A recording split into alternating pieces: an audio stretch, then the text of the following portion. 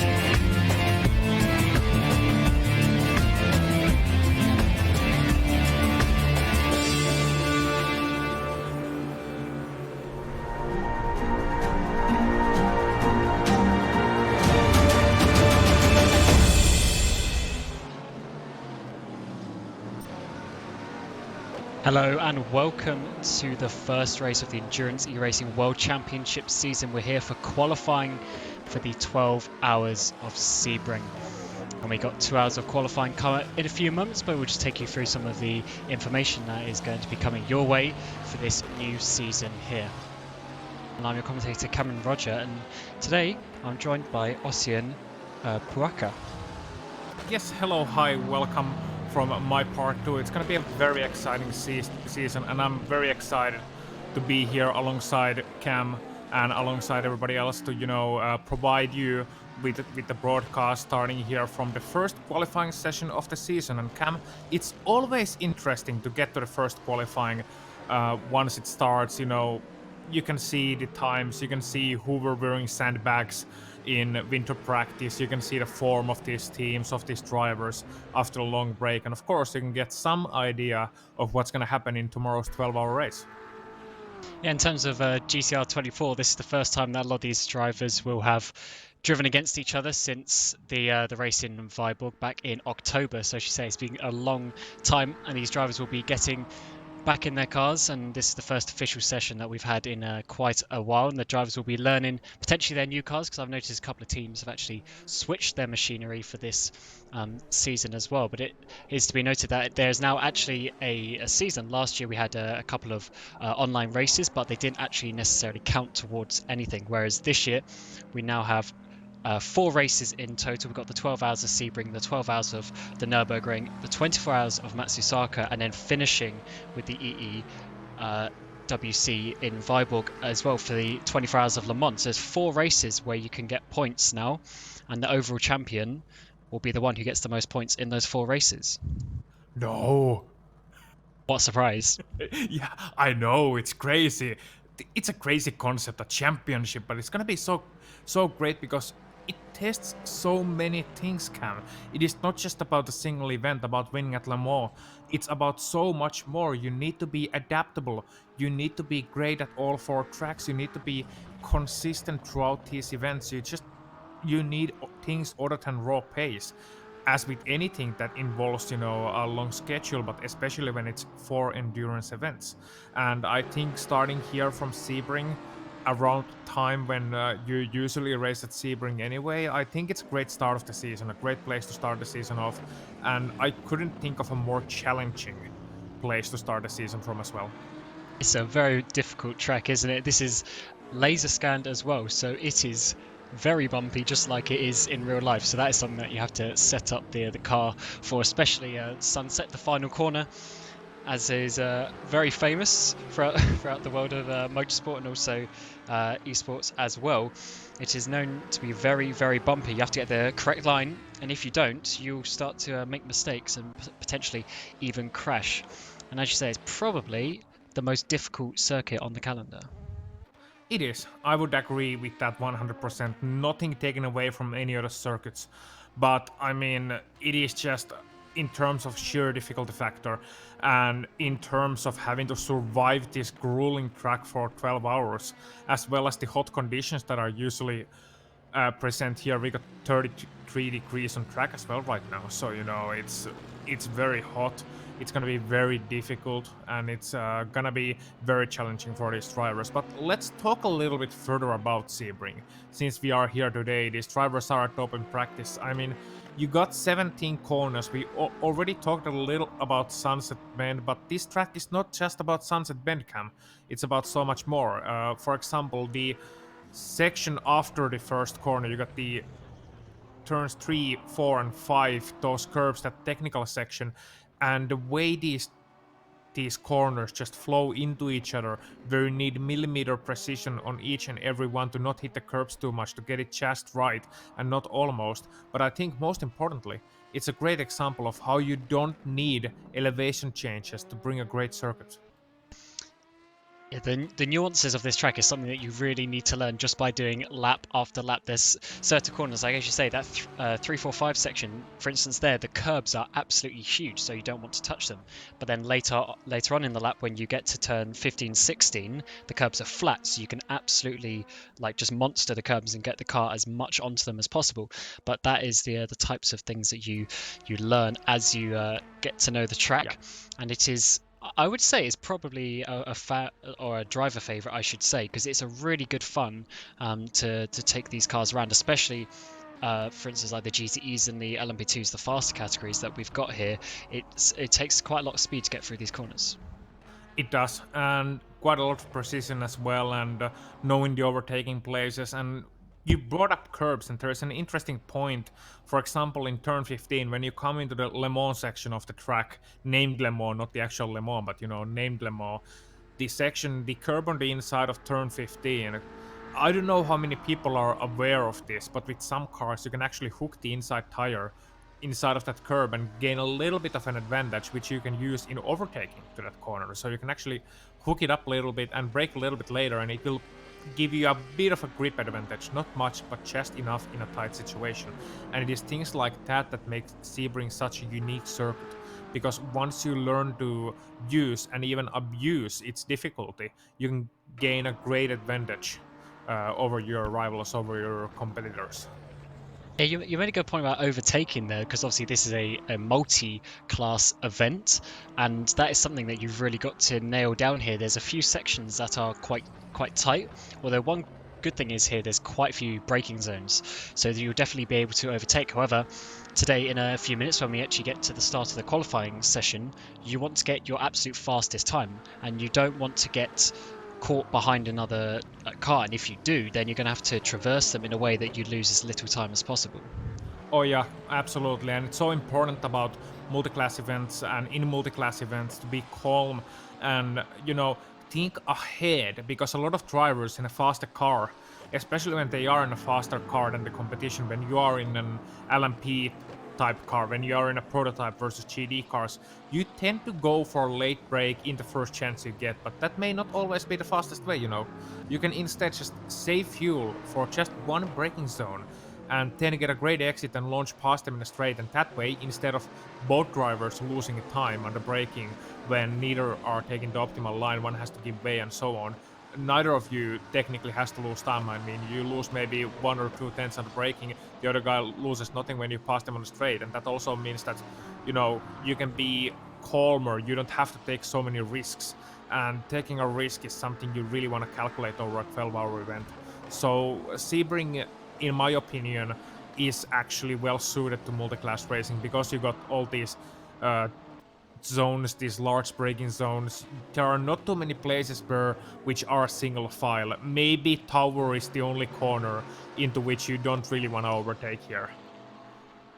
Yeah, you can overtake in pretty much every corner, which is actually quite unique. There's a lot of tracks where you can actually get stuck behind someone, especially for the LMP cars. The GTEs and GT3s are close enough; it's not too bad. But especially when you get to the prototypes, that is where you can lose a lot of time. But yeah, this track is pretty good for multi-class, and you can see why it's one of the more major events of the year. Obviously, in real life, you have the WEC and IMSA have a joint weekend, and they make it this massive affair. Yeah, and I can see why. You can, as you said, it is a great event place for multi-class racing. It is also one of the places that everyone's bound to know as a racing fan. You know this place, you know Sebring, and it also makes for great logistics because a lot of international series like to visit Daytona on January for the 24-hour tour, and then you go to Sebring for the 12-hour. I mean, you don't have to move very far, do you? Yes, very good. And some of the drivers actually do both events, if I'm not mistaken, as well. Yeah, Absolutely crazy, guys, because this is sure a very physical circuit, very demanding circuit. And if you lose your concentration just a little bit, then you'll just make a mistake, make a crash. And especially in a couple of corners here, the barriers are very close. yeah, they are. Do you know what's the worst part about doing both of these events, though? I do not. You have to spend 2 months in Florida. That's not bad though. Florida's very good. It's very, very Oh, you nice like it? state. Yeah, Well, I know you're Finnish, so it's probably too hot for you, isn't it? yeah, it is hot and humid. That would be my nightmare, you know, because it's so hot and so humid. And that's one of the things you have to talk about because it's a hospitable place. There's a lot of racing heritage, a lot of places beyond those two we just mentioned, beyond Sebring, and that you can go and watch racing in. A lot of club circuits as well. A great scene full of great people. But you know, it's so hot and so humid that coming here as a foreign driver, especially as a Nordic driver, it's gonna be a bit of a culture shock. Even when you're coming here on something like March or April, it's gonna be hot. So that's also affecting the track because not only do you have a physical circuit with a lot of bumps, the walls close by, and so on and so forth, but you also have the physical conditions of the heat, of the uneasiness from the humidity.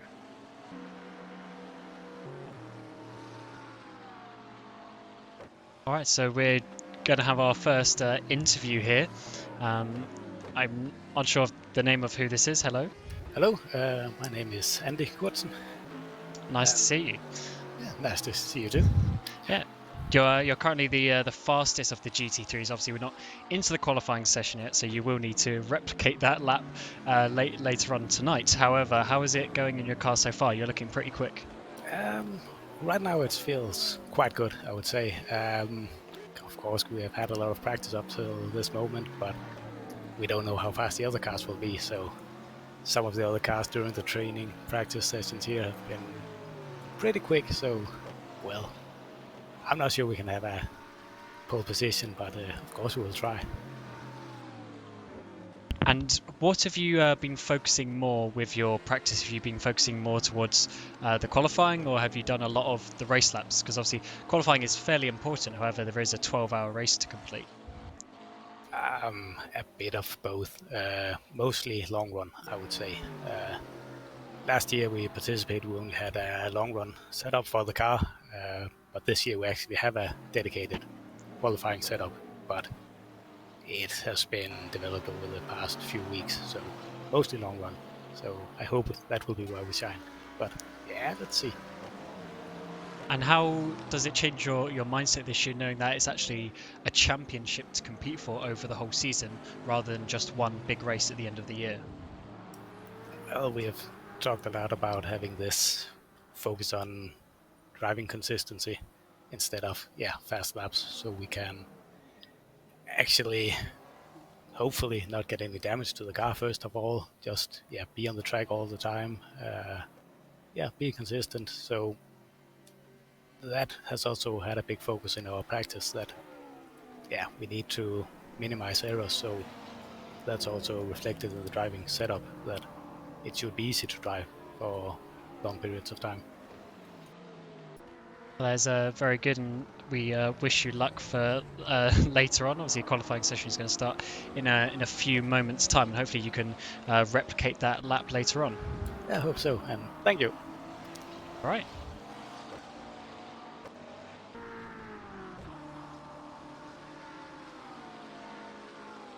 I just jump out now, right? Oh yeah, thank you very much. Thank you. Yeah, thank you. So yeah, that was the number 45 team. They were of course, the DIS SR Lab driving the McLaren 720S, and they were last time by in the 24-hour event at Le Mans, of course, the Endurance E-Racing World Championship 2019 from Viborg in Denmark. They didn't have such a lucky race, but from the sounds of it, Cam, they have worked a lot over the winter in terms of their setups, in terms of their pace, and I'm expecting great things from them so far, even though, you know, you have to take practice times with a pinch of salt. But I think we can expect a better performance out of them this time by. Yeah, it's good to hear that they've been obviously putting in quite a lot of practice. The calendar was obviously changed a couple of times, but it's still been finalized for a couple of months now. So they've obviously had quite a while to know that Sebring is what's coming up, and they're obviously putting in quite a lot of effort. But I think we got someone else here. Michael, is that? Yeah, that's Michael. All right, how's it going with your team? Well, to be fairly honest, it's going quite good, I think. For newcomers to the LMP2 class, I think we're not the fastest, obviously, but I think we're doing all right. This is our first run. Is this your first time in the LMP2 in general, or have you raced it in other competitions before? Some of the other teams, some of the other guys on the team did the LMP2, but for us in the LMP2 this time, this is our first race whatsoever. How are you finding it compared to a GT car? Because obviously it's a little bit more downforce, a little bit more power and acceleration. Yeah, well, obviously it's faster, but it's a very nice car. It's very responsive to what you do to it in the setup, and it's not when you got it like just a little bit under control. It's like you feel when you do some changes to it, and yeah, that's basically what we like about it. And have you got used to the speed difference with the GT cars and having to overtake? No. A short answer. Well, we are really careful guys. So that's basically we are aware of the what is that called? Well, we have to take care of other drivers in the slower classes. That's our main focus, to be fairly honest. So your goal is to take it carefully and just make sure you finish all of the 4 races, and then see where you come in terms of the point standings later on.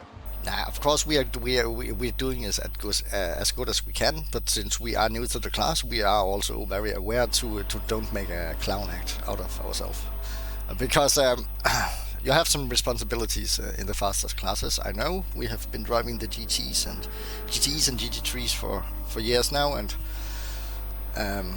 we know what the surprises for an overtaking LMP2 can be, so we are cautious. Yeah, one question I got for you. You said you're new to this class and so on, racing GT cars before. What made you do the switch? Was it just the thrill of speed you were lacking in GT cars? Did you want a little bit more oomph in that car, or was it just a question of wanting to try something new? Well, yeah, basically 3 or 4 of us wanted to try something else, and specifically in R-Factor 2, we think maybe the GTE cars has been quite a struggle, to be fairly honest, the last couple of years. So that has been a huge part of that choice. Okay, cheers. Cam, you got anything more? Well, I just want to say, yeah, obviously, good luck to you. New car. You have Ricky Monsters a couple of seconds in front of you now, but hopefully over the course of the qualifying session a bit, you'll be able to get a bit quicker and hopefully challenge them tomorrow in the race as well.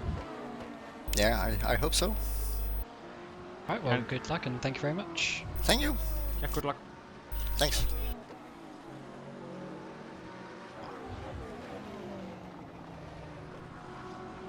And next up, we got Lars Dummer, also joining in. Hello, Lars. How you doing? Oh, Lars is not here, so I'll be commentating for Lars. This is race control here. Yeah, we're gonna expect a quite interesting race this time around. It's been a lot of planning going on in regards to setting up servers and making everything ready. Yeah, it's been a very exciting start for the new season as well, with the introduction of our new anti-cheat function as well. The Rhodium stuff, great guys from some of our developers, Michael. Yeah, that's basically it. So we have approximately some 8 minutes to qualifying session, so we are pretty booked for the moment right now and full up with things to do before going live with that. Yeah, so just a quick question. How nervous is the race control before the start of the first qualifying session of the season? Pretty nervous. We want to do as best as possible for everyone, so we're trying to actually do messages directly in the server as well to get the teams to know that there's time left and stuff like that, so they know how to prepare themselves and get ready for the qualifying session to start very soon. Well, you're the best in the world at it, and I hope you, well, I trust you to do a good job this time by as well. Thanks for dropping by, John. Yeah, have a great speak and talk to you later. Bye. Bye. And Cam, you know, if they say about some people maybe feeling pressure in the commentary booth, sometimes drivers are feeling pressure, but I can tell you the pressure to make right decisions in the steward tower and in the officiating tower and so on, that must be immense at this time of the day. Well, especially when it's such a long event as well. There's so much time where different things could just randomly happen, but that is obviously what race control is there for, and we trust in them to do a brilliant job today for the qualifying session and also the 12-hour race tomorrow. So that's a whole 14 hours of officiating that they need to do, and hopefully yeah, we have a nice clean race to open up the season. Yeah, indeed, and we talk about drivers being exhausted, you know, 12 hours, it's a long time. 24-hour events like the final one we'll have at Viborg, it's gonna be even longer, but you know, the race control, spare thought, they never sleep. You can't really sleep at race control, do you? And even if you want to, how do you sleep in the middle of a 24-hour race when you have so many things in your mind? You have to worry about, you know, are people doing the things correctly? What if something happens when I sleep and they can't fix it and, you know, it's gonna be delayed? And what if somebody does something stupid? Of course, these drivers won't do anything stupid, but, you know, it's always thought in the back of the race control's mind. So, you know, these guys do a heavy job, so, you know, and they do it very well, so, I mean, hats off. I couldn't do it. I wouldn't want to do it. Cam? Yeah, the best part is when you give someone a penalty and then they're not overly happy about it. And then you have to deal with a slightly upset driver full of adrenaline and competitiveness. But that's what comes with the job. But as yeah, hopefully we can trust everyone to have a nice, clean, safe race. Because obviously we're in their qualifying session, it will have all the cars on track. So if you want to get your fastest time, you don't want to be held up by anyone, so hopefully we can trust everyone to get out of the way nicely. And speaking of things clean and safe, I think it's time to look at some clean and safe products from our commercial partners.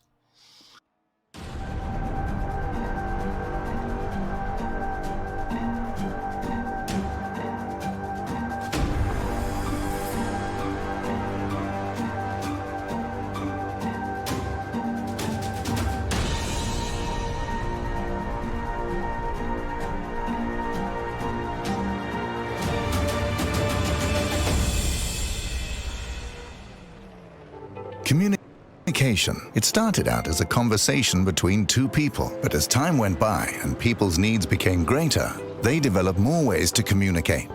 Businesses today need to minimize incomplete connections. Therefore, it is critical that they provide optimal service. Xilinx desktop, mobile and web applications can process everything from normal calls and callbacks to chats, emails, and social media inquiries. Let Xilinx liberate your business.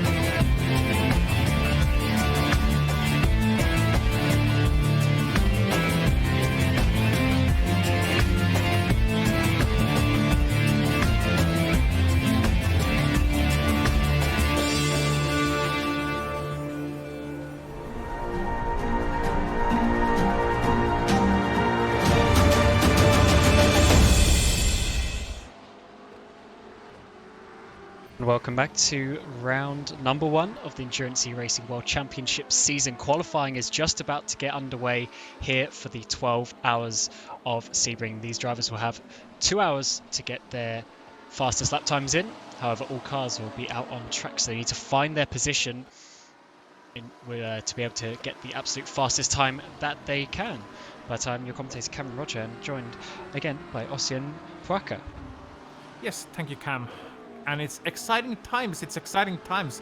2 hours to post a lap time. Now, these drivers, from experience, I can tell you, these drivers will feel anxious, a little bit nervous right now. Once the qualifying starts, they will be eager to get that good lap time on board.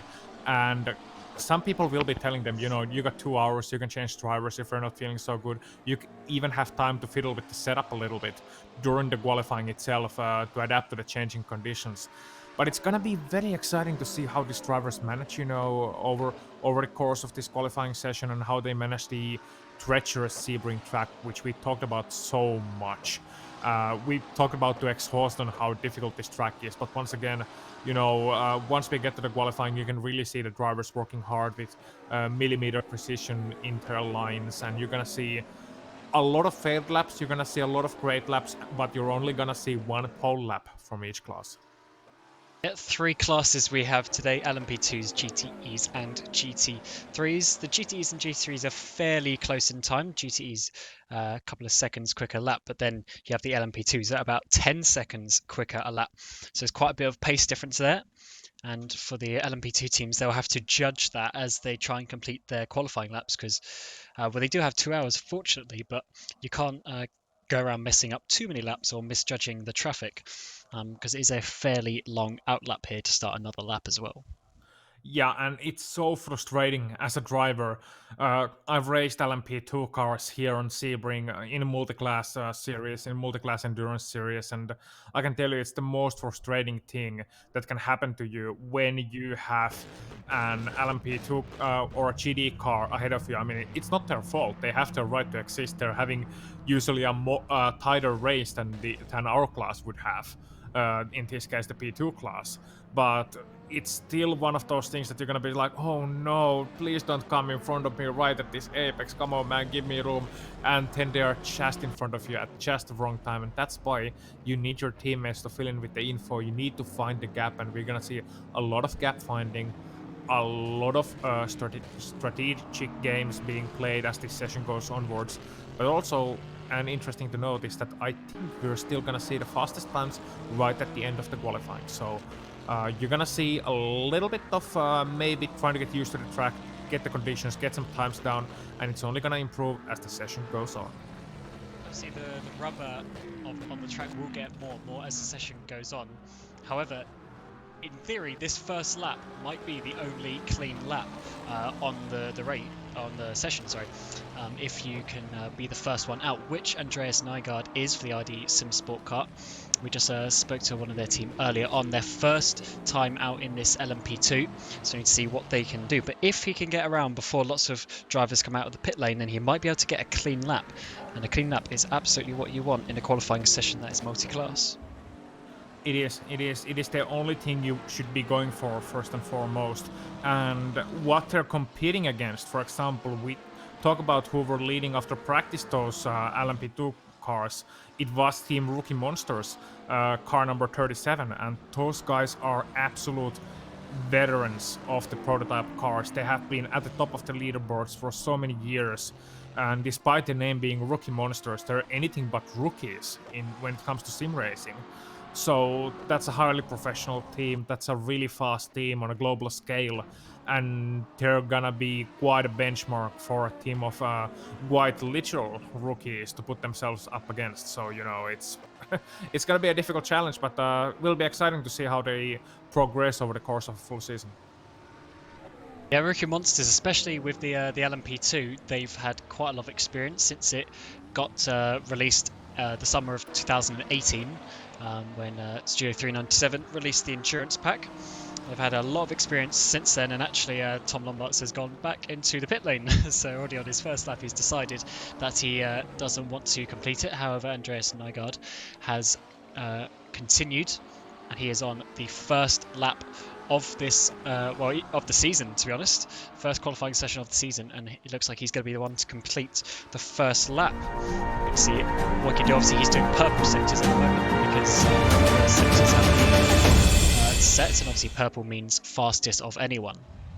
Yeah, let's actually talk about those. So purple means fastest of anyone, green means personal best, and yellow means you're behind your personal best.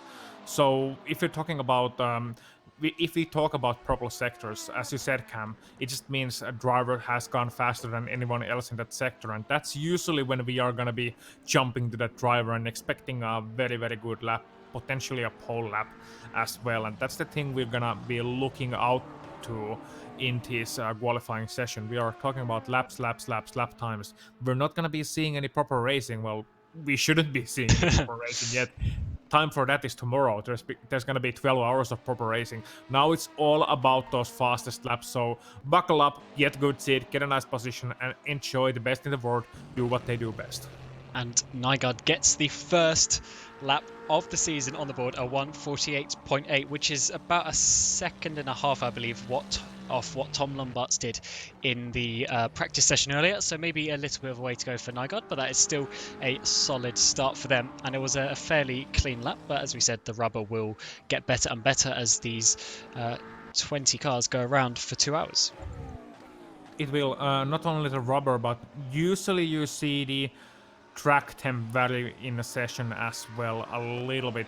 From what I'm looking at right now, track conditions are 23.1 Celsius track temp.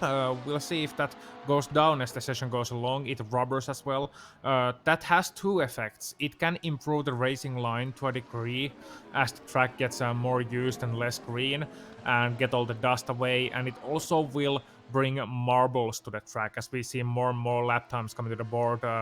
It is the 15 Simply Race car taking the lead in the GDE class, and the 28 Pro Sim Audi taking the lead in the GD3 class. But yeah, those marbles, you hear a lot of talk about marbles across all forms of motorsport.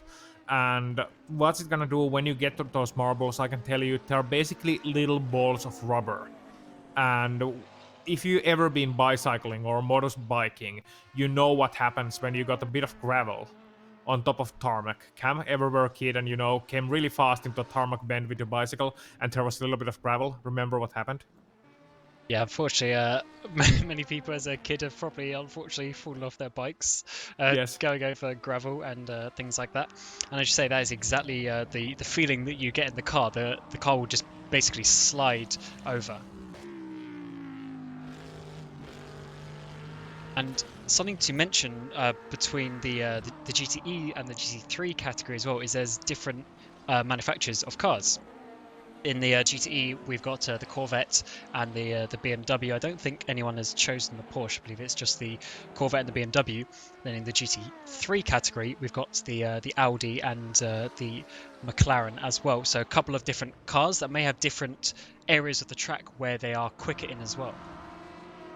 Yeah, it is, and traditionally you see some differences between the cars and the teams choosing them. Some may look at, just the first race of the season, Sebring, which is going to be faster here. Some may look at overall performance. Some may just go by, how they feel with the car, how quickly they can get in tune with the car, get used to the car. A lot of people tend to go with what they're used to, so it's not as much as, going at overall pace, because it doesn't matter if one car is 1/10 faster on an optimal lap over the course of a lap. You want something you're comfortable working with over the full season. And then you of course got the fact that you got Le Mans again as the decider, and at Le Mans, straight line speed, that's the absolute king. And straight line speed is something that you have to sort of think about every track. You got to think how low on that rear wing can you go, because that is basically the aerodynamically the only setting that they can choose. There's no adjustment on the front. It's only on that rear wing. But then that could make the car a bit more unstable and things like that. But that is what you have to get that balance off and get that feeling of to get a car that, as you say, you feel comfortable with over the whole lap. Yeah, Exactly, and a car you can make a setup for rather easily. So getting in tune, learning a new car is always a process. How it reacts to different things, how it reacts to different stuff that you necessarily can't even find out in testing. There's been situations where you just can't find out what a car does before a race situation. For example, we mentioned the marbles. Sometimes you have to go over the marbles. You can't avoid it in a multi-class race. You need to pass someone. You need to go off the line to let a faster class car come by. And especially with the LMP2 cars here, they have to go on the marbles at some point. How will they react? And so on. That's gonna be a different matter. That's something you can only really find out under race conditions. But that's not really much talking about different brands anymore. It's just something I felt I need to point up. Maybe Cam, when we talk about falling off bicycles, maybe that's how you become a commentator, in general. Especially on the endurance side. Yeah. And something that's quite interesting is Will Tregurtha, who's currently leading in that Simply Race BMW in the GTEs. He's actually taking a pit stop, which is a little bit unusual. Rather than pressing escape and going back to the pit lane, he's actually taking a manual pit stop. I haven't seen that in quite a while in a qualifying session, but maybe he's found something that other people haven't. As some more times come in. Number 333 DMD SimSport car has just gone up to third place in the GTEs. Another BMW, so the top three in GTEs at the moment is all the BMW M8 GTE. The BMW Mate. Yeah, and what a big car it is as well. I know it is joked about a lot on the internet, but when you see it next to the LMP2, for instance, it is massive. It's an absolute unit is what it is. And I occasionally wonder if people choose it just because not only is it fast in qualifying, usually it tends to be, but also how do you pass that thing? I mean, how do you when there's physically no room? Well, yes. Fortunately, Sebring is actually a fairly wide track. So in terms of physically overtaking, it should be possible, but it is a big boy. That is for sure. And sixth place overall, we've currently got Matthew de Krop, who is in the Audi R8 LMS in the GT3 category, and he is actually quicker than a couple of GTEs as well, just showing how close they are on pace and how there will be a bit of an overlap in those categories. Yeah, and GT3s, GTEs, usually they're a little bit further apart, but it really depends on the circuit, and here at Sebring they seem fairly close indeed, and that's gonna be an interesting point to bring up once the race does roll along. Of course, the GTE cars, they don't have anti-lock brakes, whereas the GT3s do. And generally, the GTE cars have a bit more aerodynamics, bit wider tires, and so on. But the GT3s can sometimes have a bit more power.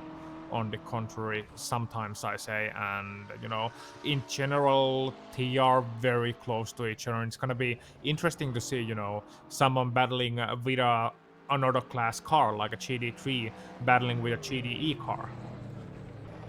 And as you say, the GT3s are sometimes a bit quicker in a straight line, which is a interesting concept to get around, because you might actually see some GT3s overtake GTs if the situation sort of comes into that, where they're actually racing effectively for position in the overall result. So that's something to look out for, and especially as well, if a GT is coming up to lap a GT3, there could be a bit of issues overtaking for a couple of corners or a couple of sectors and that sort of stuff as well.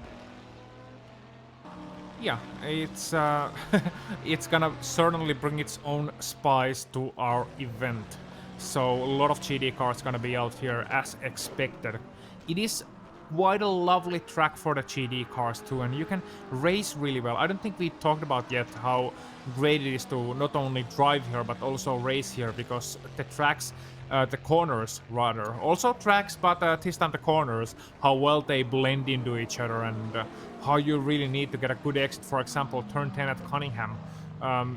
It's not only a 90-degree right, but you have a fairly tight left and a right afterwards, and then you go into a tower which is absolutely a one-line corner. So that's a great combo where you can really easily defend your position on the outside. It's not just put it on the inside and your pass is done, you can defend your position around the outside. And I've seen battles that go from the turn 1 all the way to pretty much turn 10, turn 11, 12 complex until finally someone decides that, okay, maybe we shouldn't run turn 13, the tower corner side by side. Maybe you can. I've seen it done, but not too often. Not too often, I must say. Yeah, towers are one of those corners that it tightens up a bit on the exit. So you've got to be really careful when making an overtake there, and especially it's just before there's a kink. So sometimes you can get some really awkward situations where a car gets pushed off the track, but we trust in our drivers to remain nice and calm and when they're doing their overtakes. Yeah. Back in the days, back in the golden days of mountain driving car, just bring up one point about overtaking a tower corner. I was put in a situation where I had the opportunity to pass a GT car with an LMP2 around the outside into the tower corner, and that was in the middle of a 12-hour race actually. And I will comment that yes, I made it through. No, I will never ever do that again, because one thing you don't necessarily see, Cam, about the tower corner, or what the viewers can see either very easily, is how the curb on the inside is an absolute killer. Oh, it absolutely is. You don't want to touch it at all. Is what I said earlier. Some of these curbs are huge, and some of them are absolutely flat. But it's knowing, having that knowledge of the track that's really going to help you during a session like this, where you want to get your absolute fastest time on the board.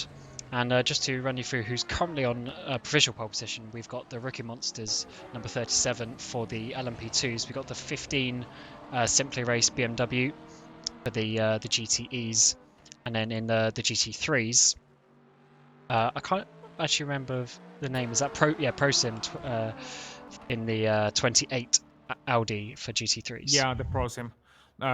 28 ProSim and Audi R8 LMS. Of course, you talked about the variation in the GT3 cars. I mean, you got Audis, you got Corvettes, you got McLarens in the GT3 class. You even got an Aston Martin.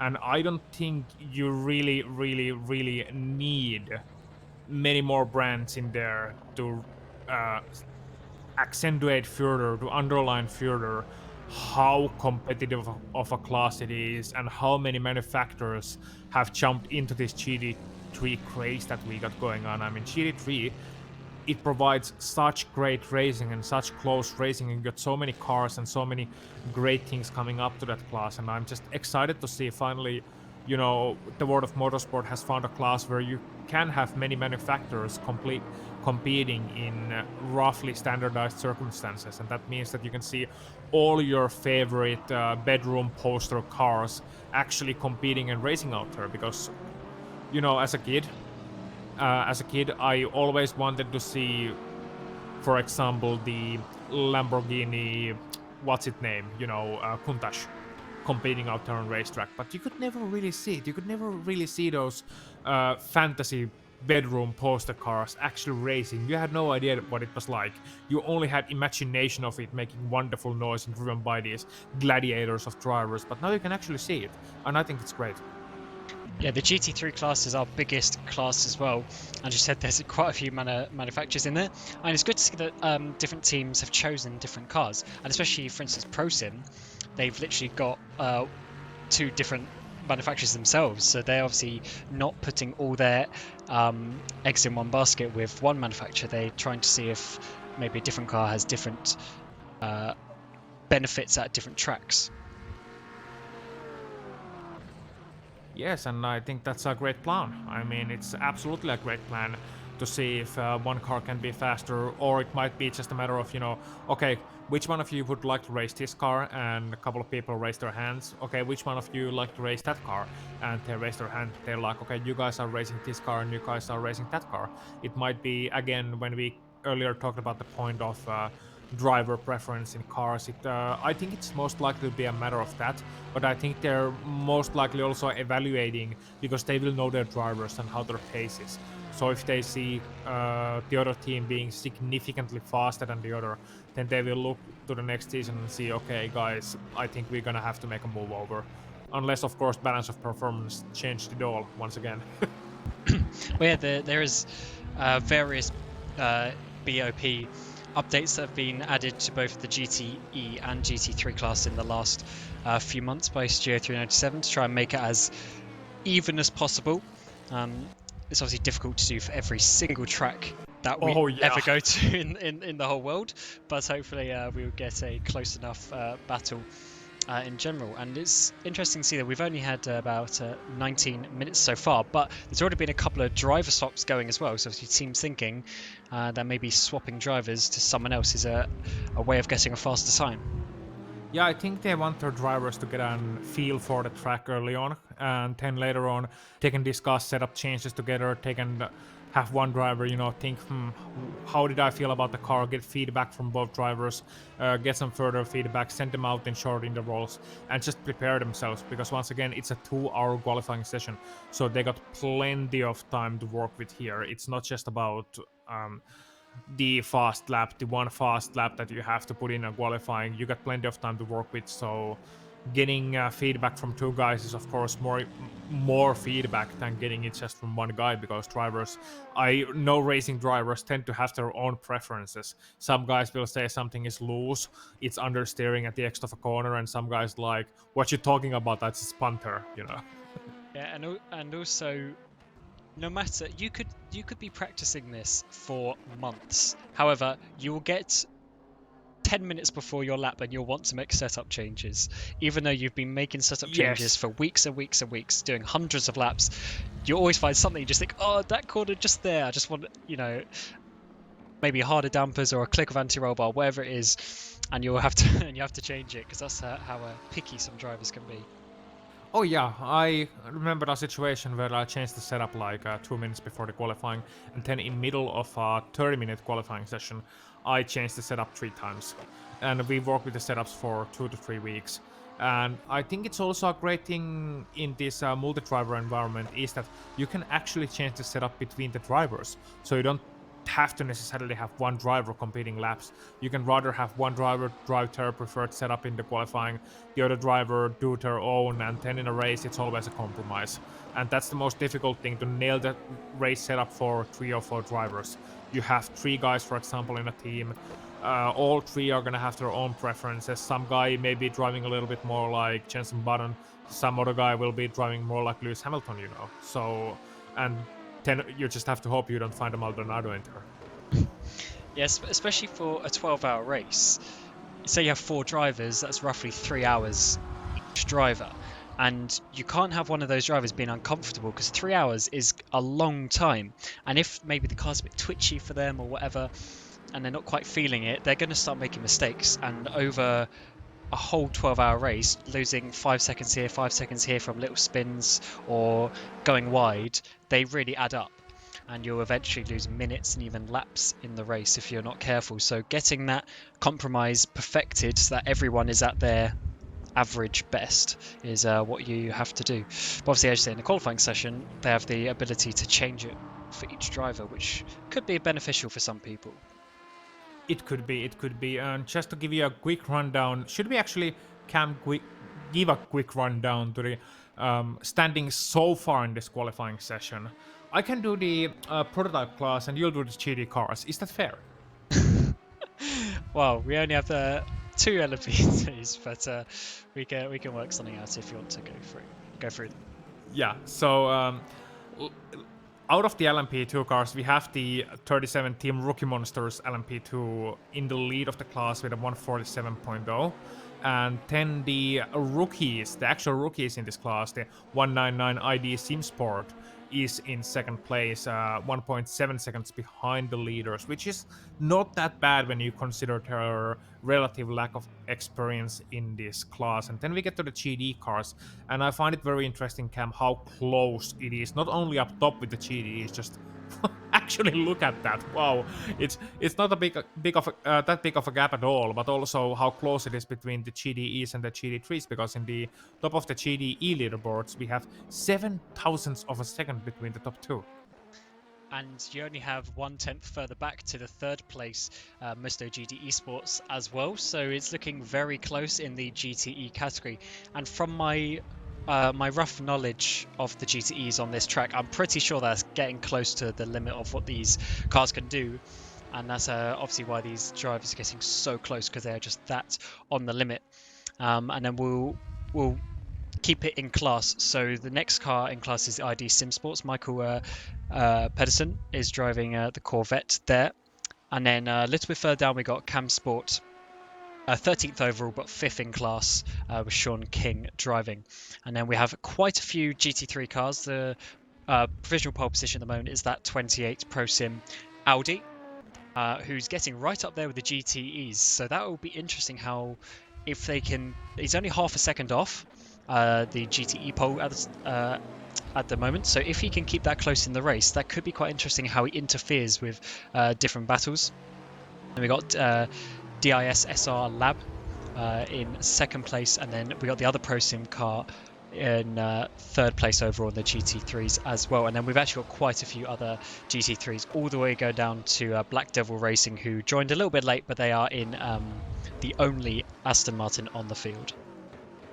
Yeah, and it's great to see Aston Martin being represented here as well. And one thing to point out, I think we know your favorite team. Which one is your favorite team just by default? Because come on, man, there's a Cam Sport in the field. How can you not support them? I actually didn't pick that one up, but yeah, unfortunately they are last in class at the moment. But hopefully they So can. it suits you too. Wow, considering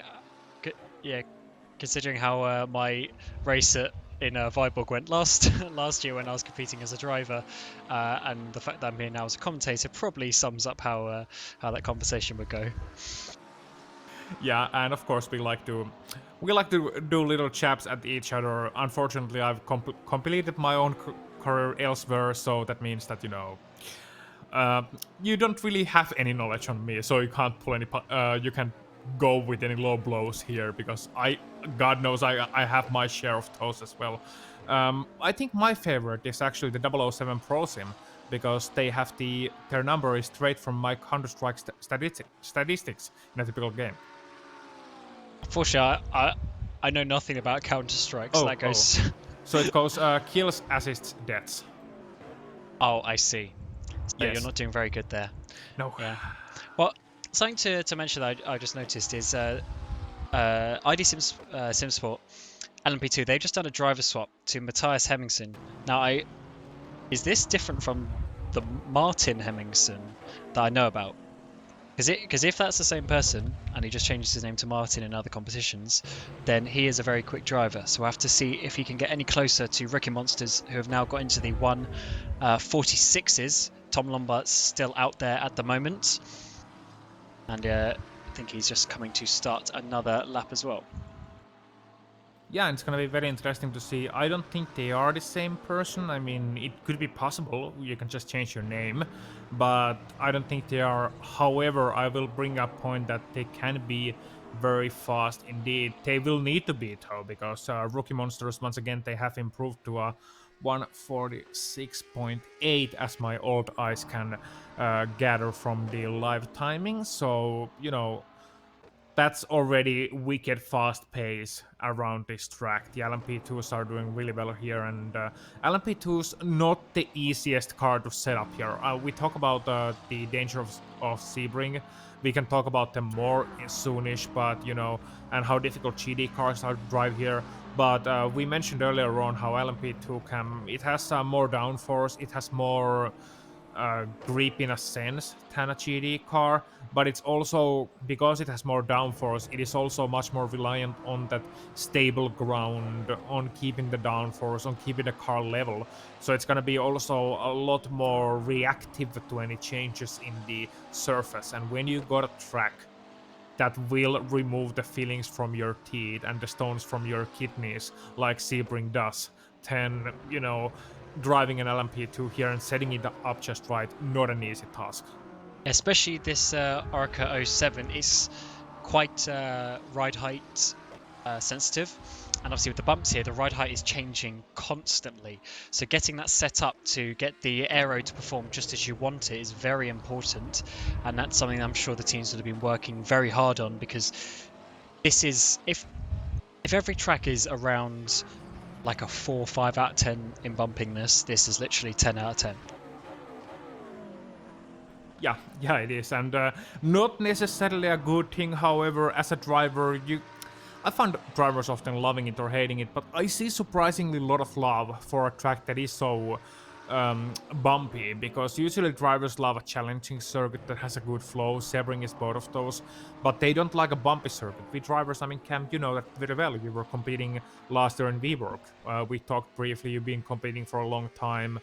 You know that bumpy circuit not necessarily the greatest thing, and we can talk about a little bit actually why it is not the greatest thing, because driving over a bump and driving over a difficult corner, obviously two different matters. But as a driver, could you just give a quick rundown on why that is, like what the driver actually experiences in a simulator when you go over a bump? Yeah, well, for me personally, I really like this. The layout of the track is absolutely amazing. Obviously, the bumps is what gives a certain corner a different feeling, because when you go over a bump, obviously the suspension and the wheel starts to oscillate, and if you don't control that, then you just lose grip and you go wide in the corner. So getting that set up perfectly is absolutely crucial, and then learning the lines. For instance, Sunset Bend, we've mentioned, there's a massive bump sort of in the middle of the track, so you either have to go on the inside of it or the outside. So just knowing that line is something that's quite important. But yeah, from just a driving perspective, that's kind of the challenge, and you never want anything to be overly easy, because driving a dead flat track is a bit boring. So having to learn this is something that's very good. Fortunately, my race in the EEWC was at Le Mans, which isn't too bad for that sort of things, but here at Sebring it is certainly something you really have to do. But I've done, I believe, 4 races now on this Sebring track since it got released, and it's a really good track. I really do enjoy it. Yeah, and of course it brings up a couple of good questions, such as, you have a series of good questions in life in general, like what will we name our child, or not our child, of course, but rather the what does a parent name their child, or what is the meaning of life, or what is the correct line on the Sunset Bend at Sebring. Those are some good questions, and for more good questions, or rather some answers to some of your purchasing related questions, we should go and see some commercials regarding the matter.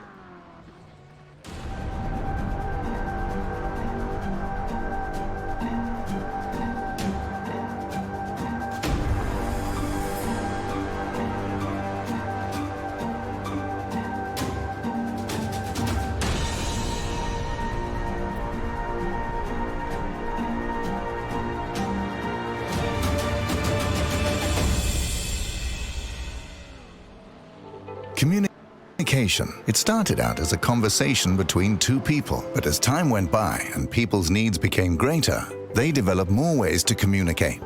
Businesses today need to minimize incomplete connections. Therefore, it is critical that they provide optimal service.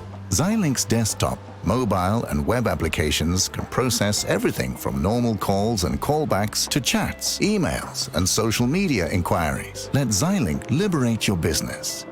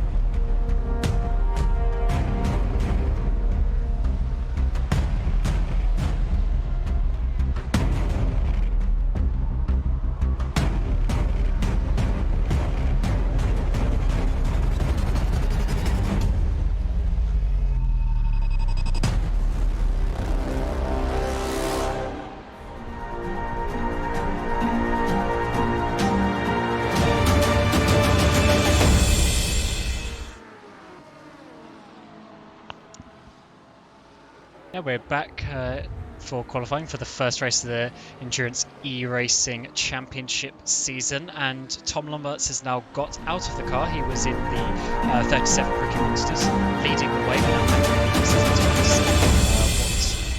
What he can do so far. Hemmingsen hasn't quite caught up in the ID Sim Sports for pole position in LMP2s, but there's still plenty of time for them to try and set a lap. Your lead in the GTE is still the Simply Race BMW with Will Tregurtha in the car. However, the DMD SimSport car has got ahead of the Musto GD Esports car. So that is your top 3 for the GTEs. And then in the GT3s, Mathieu de Crop for ProSim is still leading the way, so he's doing a good job in there, and he's actually leading by quite a way, about just over half a second to the number 45 car, who we actually spoke to as well, and they said they've been focusing quite a lot more on the race prep, so maybe they're not going to be fighting just for pole position. But De Crop is sort of one of the faster guys on the field in GT3, so I have to see what they can do as well.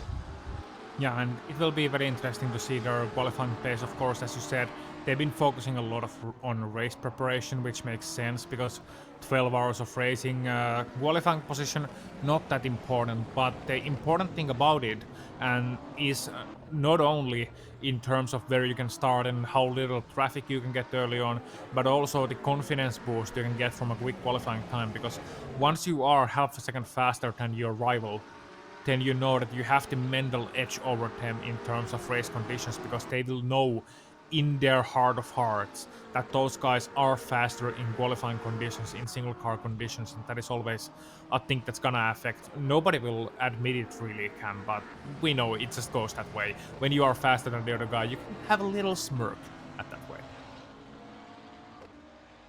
Well, yeah, you want to obviously get ahead of all your competitors, and there is that little bit of a rivalry between some teams, and there may be a certain driver that you don't quite like, but if you get ahead of someone that you really want to beat, that is always a really good feeling for these drivers. And it's also a great motivation boost in a sense that, you know, you really want to beat this guy. You have a rivalry forming and you're going to train extra hard just to beat that guy. They're going to do the same if it's a two-way rivalry. And then you both are going to increase your level where you go from having a rivalry over the 5th or 6th or 7th place to having a rivalry over the win. I mean, you've seen that all over sim racing, all over motorsport as well.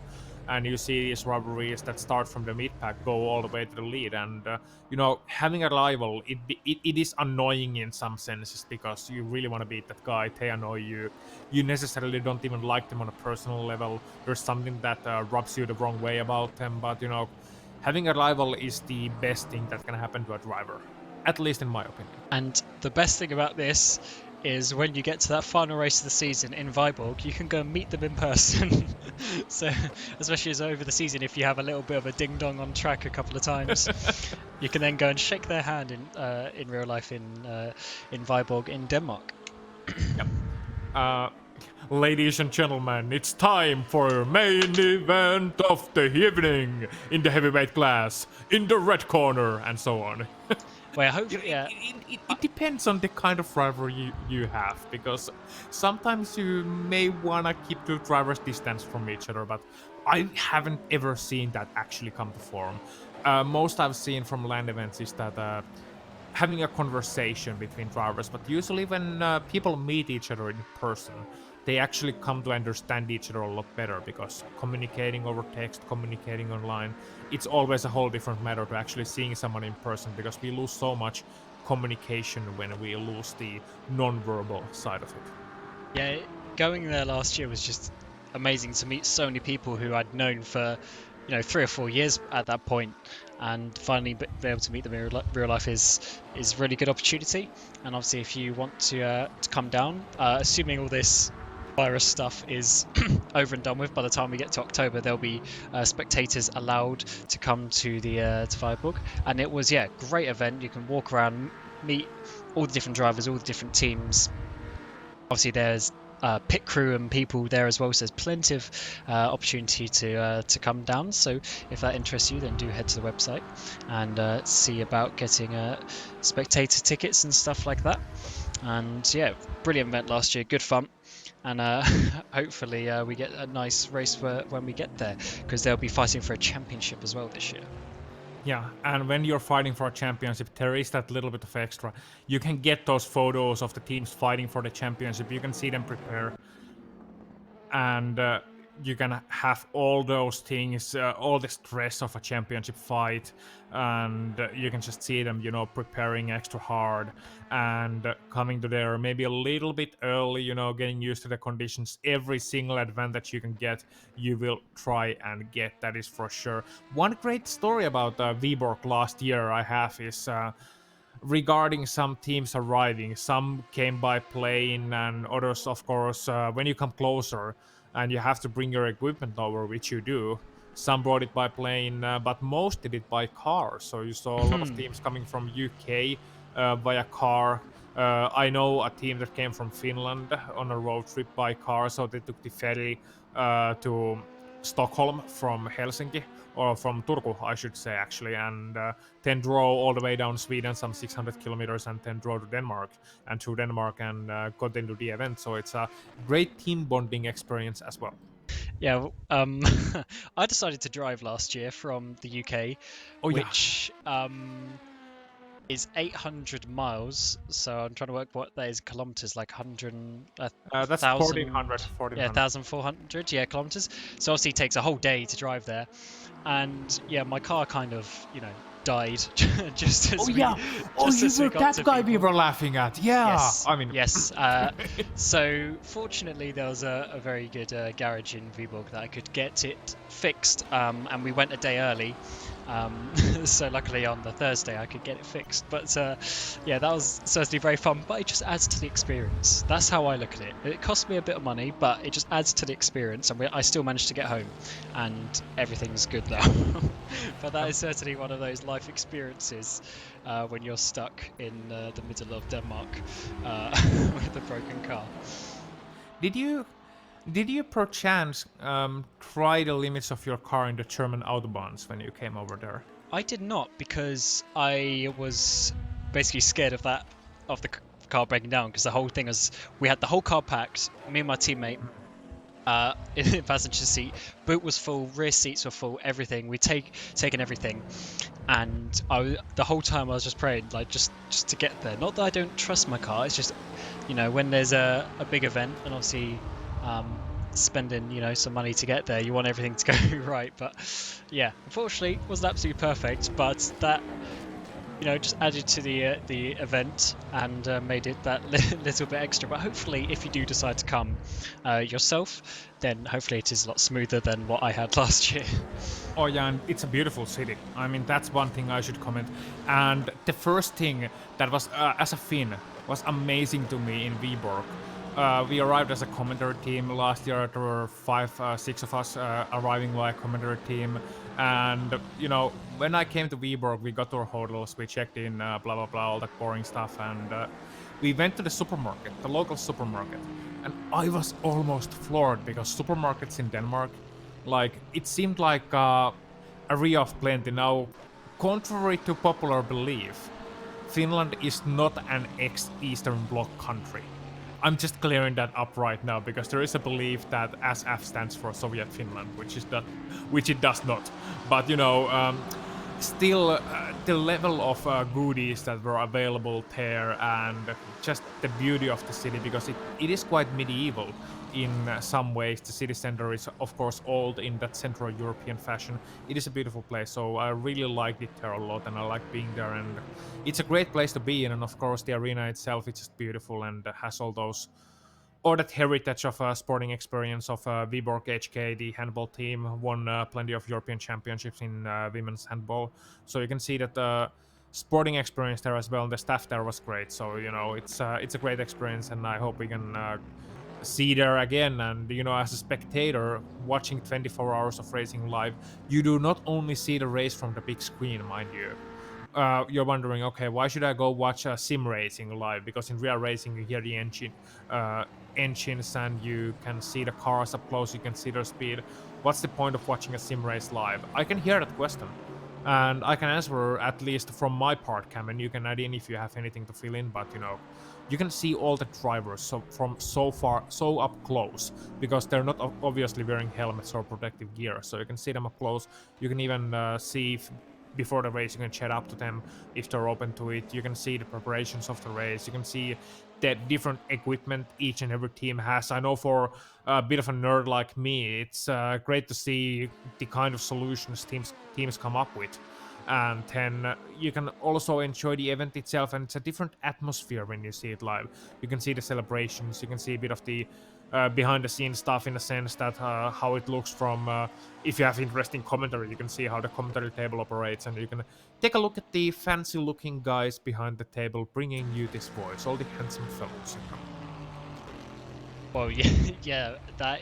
I mean, yeah, but you basically summed it up there. It's just such an amazing place, as you say. I mean, the arena, like when you walk in, and it's just this massive like open space. You've got the spectator seats on the left and right, and then in the middle, which is all the rigs set up, and it's like some of the rigs that people brought were just crazy. There is also, just people there with a simple desk and wheel, but some people just have, thousands of euros worth of equipment. It's unbelievable. I know one team, they had, I believe, 3 cars, so they literally bought a lorry with them of stuff.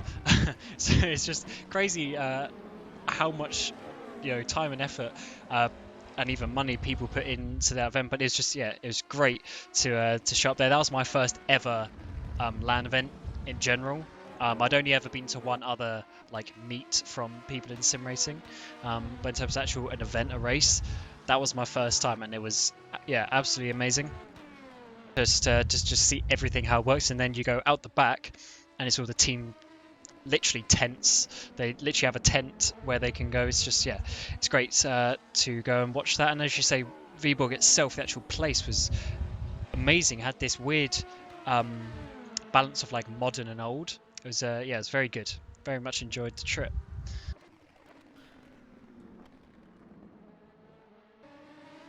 And we got... You wanna bring it up? I was going to say, we got the 2 LMP2s just following each other here. I was just going to mention, if Matt Beavis kept close enough, he could have actually got some slipstream, but he's actually backed off now to try and get a bit of a gap. And that ID Simsport car is still 1.9 seconds off the pace. They've now changed back to Andreas Nygaard, who started the car and set that lap time. But they're just shy of 2 seconds off the Rookie Monsters at the moment, so they haven't been able to improve their time just yet. But there's still an hour and 14 minutes to go. Yeah, and they're learning the track a little bit as well.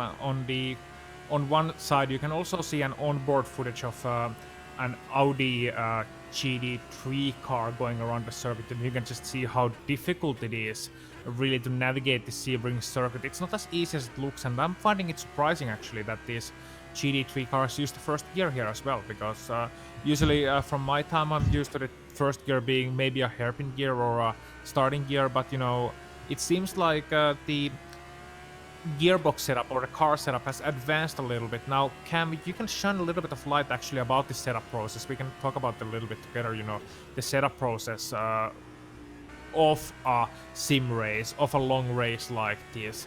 How do you usually start when you start a setup process? Where do you start from? Do you have a baseline gotten somewhere, or do you just start from the scratch, basically? Well, fortunately, I've generally had teammates who are more knowledgeable than myself in terms of the actual setup. But for me, with endurance racing, I just like a calm car. I don't want a car that's understeering or oversteering or whatever. Obviously, the balance changes a bit throughout the stint. But I just like a nice neutral car. That's just how I like it, because often a tiny bit of oversteer is faster, but I don't like that, especially when the rear tires start to go and it gets all sliding on the rear. I don't really like that. So personally, I just always try and make the car as sort of stable and nice to drive as possible. I want to just be able to do the drive stop, get in, and just be able to bang out like a 2 or 3 hour stint. That's just how I like to. I know some people like to push the limits and literally try and get the absolute fastest setup that they can, but then if you start making mistakes, then you lose back that bit of time that you gain from the setup as well.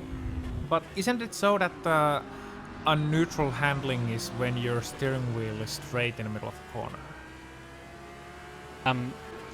Not quite, because then the car's still sliding around, and especially with the Orica, Orica 07 LMP2, the rear tyres on that don't like continuous sliding, and we have to see if some of the drivers try and double stint the tyres, but especially if you want to double stint the tyres, you've really got to keep those rear tyres in check. So having a nice balanced car is always generally a bit better in that regard.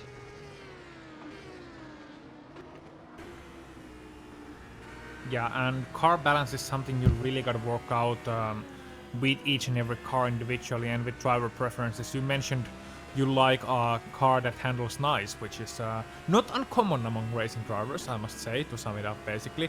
But I think I know what you meant. You meant neutral handling as opposed to a bit of oversteer, which generally speaking is the fastest.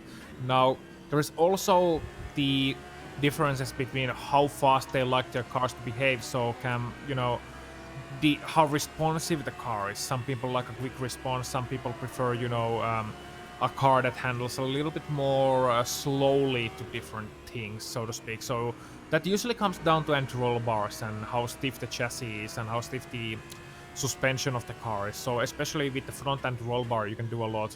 I'd run endurance seasons with drivers who like to put the front anti-roll bar at a very soft setting, so they can have very much grip on the slow corners and combine that with a soft chassis so they can get a lot of mechanical grip. Now, as with someone who prefers a more open wheel style handling, like, fast reactions, a car that reacts immediately to the steering wheel and will just immediately point where you want it to point, that's a very, very difficult thing to master. And it's not only among sim racers, but even with drivers from traditional forms of motorsport. For example, Kimi Räikkönen is famous for liking his car that way, being very pointy, and when you combine him with someone like Fernando Alonso, like they did at Ferrari in 2014, it's a different matter, and I can see that coming up a lot in sim racing as well, especially as you can't really change the car itself to suit your needs, so you have to do it by setup. So, you ever had during the course of your career a case where you had to work with a driver who had a completely different preference in terms of how the car handles? Yes, because obviously everyone has a little bit of a way, but a little bit of a different way that they like the car. As I said, I generally like a bit more neutral, and one of my teammates a couple of years ago, we drove the URD 919, and that car was very oversteery. So I generally wanted to make the setup understeery, but then as the fuel tank goes down, the car becomes more neutral. So then the car goes into understeer because you made an understeery setup, and they didn't like that. And but then I just couldn't drive the car when it was really oversteery. So that was quite a difficult, a bit awkward situation. But then again, that's generally, you got to find in multiclass. Not necessarily multiclass, but any series where you share a car. That's just something you got to find people that you are compatible with, and not everyone is. As you mentioned earlier, some people come from the open wheel reactive background. That's where I came from. So jumping what I would say is down into sports cars is completely different. But then there's people who drive sports cars who can't do open wheels. So it's getting that balance between the team of how you like a car and also how the car likes to handle as well.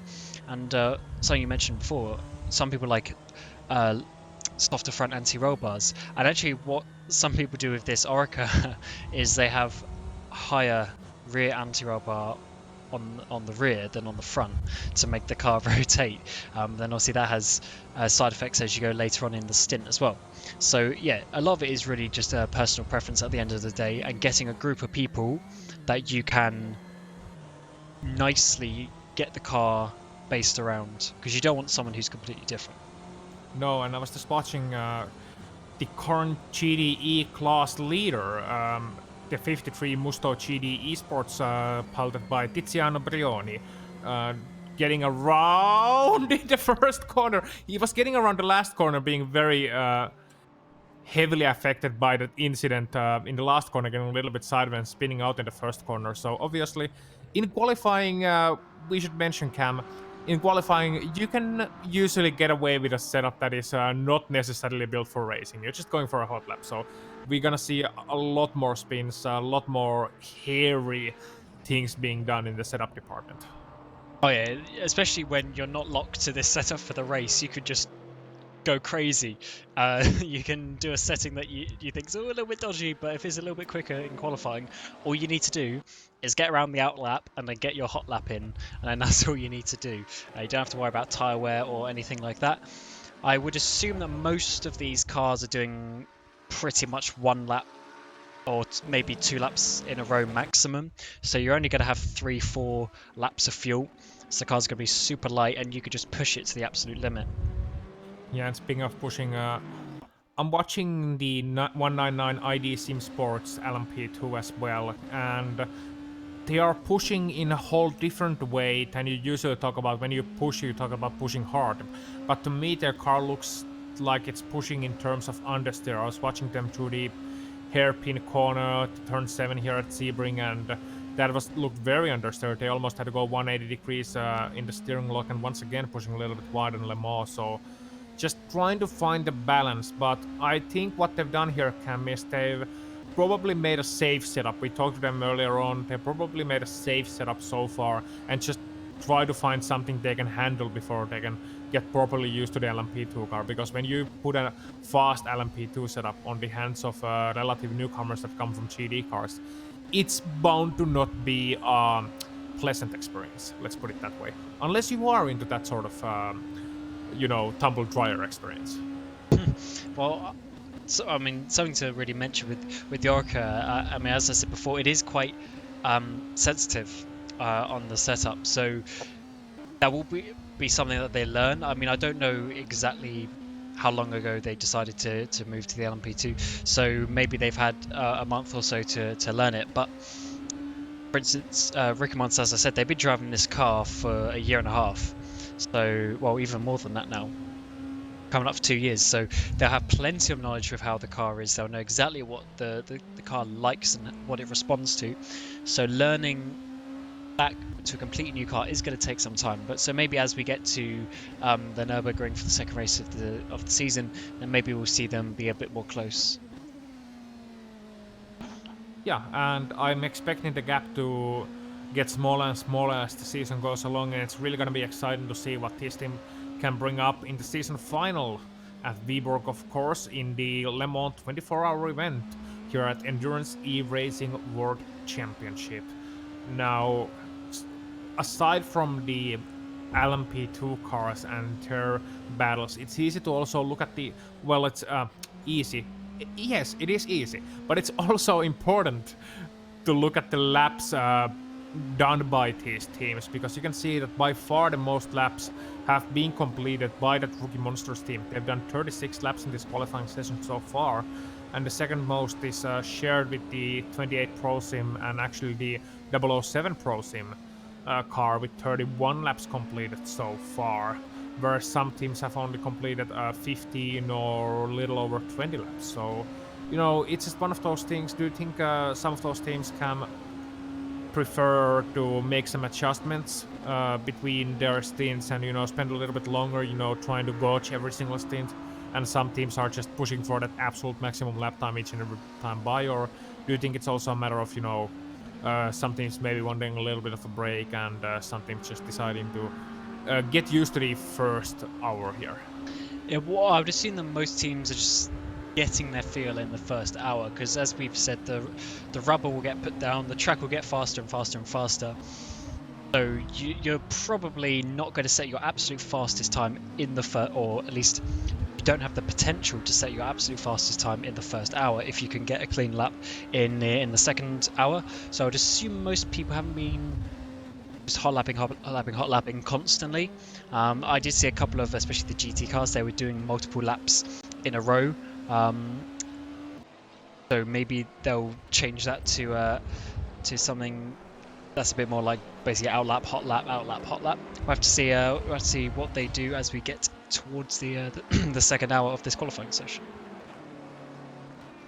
Indeed so, indeed so. We are almost through with the first hour here of the first qualifying session of the Endurance E-Racing World Championship in 2020.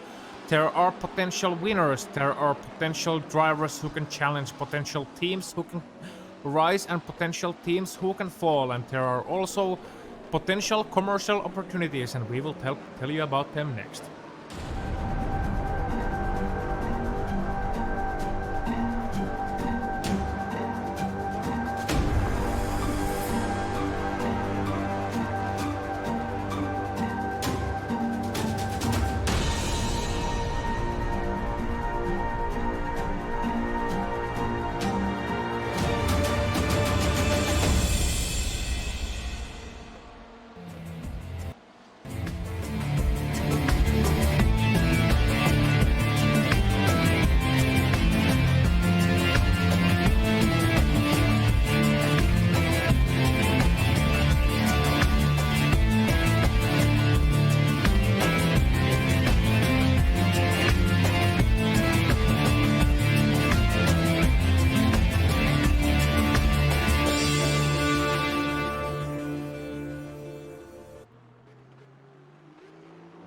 Communication. It started out as a conversation between two people, but as time went by and people's needs became greater, they developed more ways to communicate. Businesses today need to minimize incomplete connections. Therefore, it is critical that they provide optimal service. Xilinx desktop, mobile and web applications can process everything from normal calls and callbacks to chats, emails, and social media inquiries. Let Xilinx liberate your business.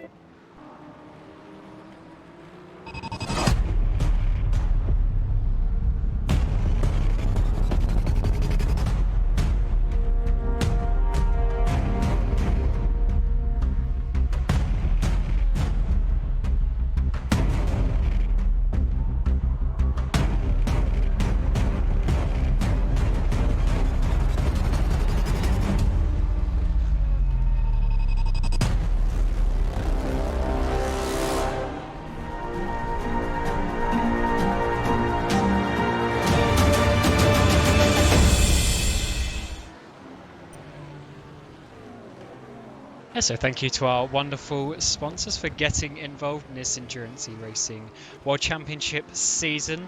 We are just over halfway through the first qualifying of the season here in Sebring for the 12 hours that is happening tomorrow. And we are just going to have a look at who is currently sort of in good positions at the moment. Obviously, there's still a bit of time for to set faster laps. So currently the Rookie Monsters is still leading the LMP2 category. The ID Sim Sport car hasn't been able to get closer after their first lap. And then leading your GTE is now the Musto GDE Sports. About 10 minutes ago, they jumped ahead of Simply Race to get that provisional pole position at the moment. And then completing an all BMW podium at the moment is the number 333 DMD Sim Sport car. And then in the GT3 category, we still have Mathieu de Krop in that 082 Pro Sim Audi, as he goes back out for another race. And just behind them is their sister team in the other Pro Sim car. Well, and just on screens now you saw the kind of aggression LMP2 cars will find themselves in at times, because we saw one of the Corvettes in the screen just doodling along, minding their thing, and then an LMP2 came by through the grass and almost losing it and causing an accident there. But that's, the entertainment of a 2-hour qualifying, I should say. That was the 766 DSR Dream Team Callaway Corvette, piloted by Matthias Blum right now. And Matthias, well, I'm sure he had a moment in the GT3 car he may, not want to experience during the course of tomorrow's 12-hour event there, Cam. But yeah, so far 1 hour through, and that means we are getting to the happy hour of the qualifying, quite literally. And once it comes to the last half an hour, also even more so, as this is starting to be the time when drivers really start to feel the pressure. up at the front, as you mentioned. It is quite close, but Musto GD Esports, you know, those guys, they've been really great. Tiziano Brioni bringing it in and finding themselves a 4/10 gap over the number 15 Simply Race BMW M8. So not only is it 4 BMWs leading the GDE class, but it's also a 4/10 gap, and that's a little bit bigger than I expected. But also, remember, Cam, when we talked earlier on about how 158s are roughly the limit of the GDE cars, these guys are doing 157.2. So yeah, I think there's a lot of rubber on the track now after going for an hour, and I believe this rubber carried from the practice session as well. So there's tons down, and that is obviously helping these lap times. But yeah, the fact they're getting well into the low 57s now means they are getting very, very quick. And I do wonder if we'll see a 56. They're only a quarter of a second away from that. And especially Brioni, he's been driving this car for so long, he knows it absolutely inside out. So I wouldn't be surprised if he manages to get there. And as you say, it's about a 4/10 gap now to Simply Race. So is that a little bit too far? We'll have to see what they can do in the last hour. But second place is still a good place to start. And as we know, 12-hour race qualifying isn't absolutely everything, but especially in that first stint, having a good position is always a luxury. it is very much so. I was trying to show you earlier on what we meant about those marbles, and then I remembered that, of course, the cameras here are under our control, which means mouse control, which meant that you don't have to worry about that poor cameraman getting drunk. It was just the commentator trying to move his mouse. So a little bit of a glimpse behind the screens there, as we are following Jesper Pedersen, at least on one of the screens, who is driving the 188 Teleforeningen BMW M6, currently sitting in 14th position overall, and just within the top 10 of the GD3 class, in the 7th position actually on the GD3 class. Just under 2 minutes, and 2 minutes, I want to talk about 2 minutes, because not only is it a typical penalty you get in ice hockey for a minor offense, but also it's a good benchmark lap time at Sebring, because usually with the GD3 cars you come fairly close to that. I know that we've used in one of our old sim racing teams, we used as a driver training tool that you have 10 laps to get under 2 minutes. If you do so, we'll get you on the second phase of the team invite thing, but if you don't, then well, it's goodbye. But it seems like to me, Cam, that times have advanced and the 2 minutes is no longer the necessary benchmark in Sebring. And especially with these cars, they're ever evolving. GT3 cars, as we mentioned earlier, they're so quick now. It is pretty crazy how a fairly decent sized car, decent weighted car can still get around these tracks so fast, but they've got a lot of power, they've got a lot of downforce now, and especially this M6 specifically is probably a personal favourite of mine, as I'm a little bit of a BMW fanboy, but that we'll skip over that. But I do very much like this chassis, and hopefully they can get a bit closer to the top running Pro Sim cars at the moment. Okay, Mr. BMW fanboy, I'm not going to skip over that. Thank you very much. So I'm just going to ask you the all-important question. Out of the BMW race cars, which one is your favorite of all time? Pause. If you are not allowed to mention the M1 Pro car. Well, in terms of looks, or in terms of performance? Yes. Because nothing can really beat the E30 from the sort of early 90s, late 80s region. But one car that I really like is the E92, which was about 10 years ago now. For instance, in the American Le Mans series that was there. That was a very good favourite of mine in terms of chassis as well. So probably, in terms of the absolute top, probably that one. But I do, of the current generation, I do really like the M8. I do think it looks very good, although way out of my price range in real life. Well, that just means we don't get paid enough, right? But I wouldn't want to comment on such details. You can always joke about the matter. It's alright. Yeah, I'm actually I actually agree with you. I've never been a BMW fanboy. I will admit first and foremost, I've never been that way because for me it's cars from different side of the world, from a little island, land of the rising sun, provides the cars that I like. But you know, in terms of BMWs, the M3 E30, I mean, it's just a beautiful thing. It drives beautifully in all the simulations I've tried it in, and you know, it makes quite a lovely noise, and you know, it's just a great car, and you know, in terms of BMW and the other brands here as well, you know, you see a lot of racing heritage in these cars. And even with Oreca, they make LMP2 cars now. Do you remember the Oreca Vipers from the late 90s? The GD1 cars, I believe. I do not. Then I was born in the late 90s, so that's a little bit past my. I'll give you a pass on that one knowledge. then. But interestingly, you do remember the BMW E30. Well, yeah, because obviously when it's a brand you like, you obviously learn about that. And it wasn't an M3, but a guy that I went to college with, he actually had an E30, and it was just immaculate. And he took care of that so well. I was a little bit jealous. Yeah. Can I talk for a moment about the team paint on the 007 car, which ProSim. takes a very interesting. Yeah, the ProSim. No, not that. They take a very interesting line through the last corner. Actually, Taking the wrong layout.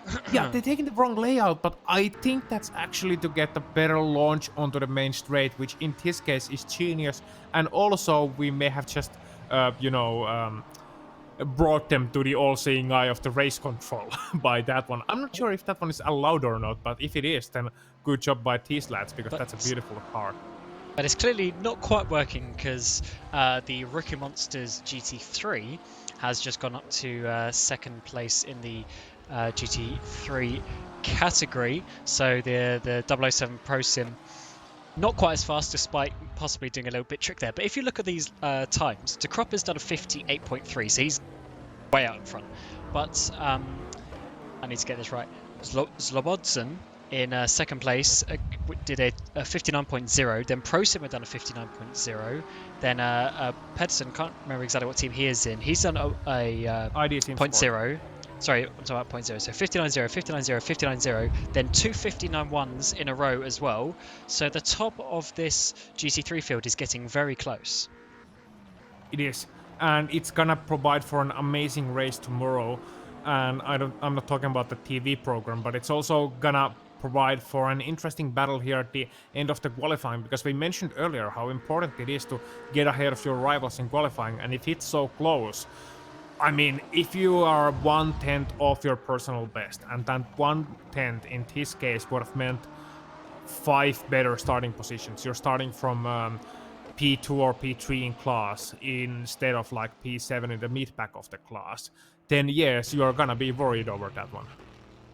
And the best and worst bit about being so close to the cars ahead, I mean, if you look at Ottaviani in 12th place overall, he is, sixth in class. If he just gains a 1/10 of a second, he'll be second in class, which is crazy. But that is sort of a good and a bad thing, because to get the last 1/10 of a second on a quali lap are so difficult to link every single corner correctly. When you're looking for those tiny regions, that's when it can get a little bit annoying, because you just want to slide the perfect amount during a corner. You want to get on the brakes at the exact meter board that you want, but obviously that is very difficult to do.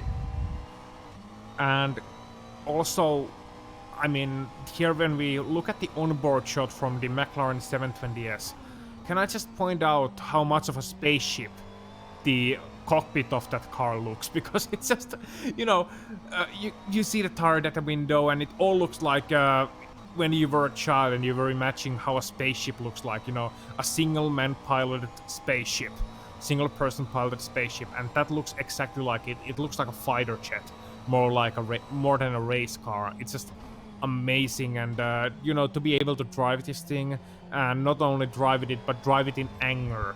You are competing against the clock. You are competing not only for yourself, but for the entire team as well. The eyes of the world will be at you, and that's just a great thing.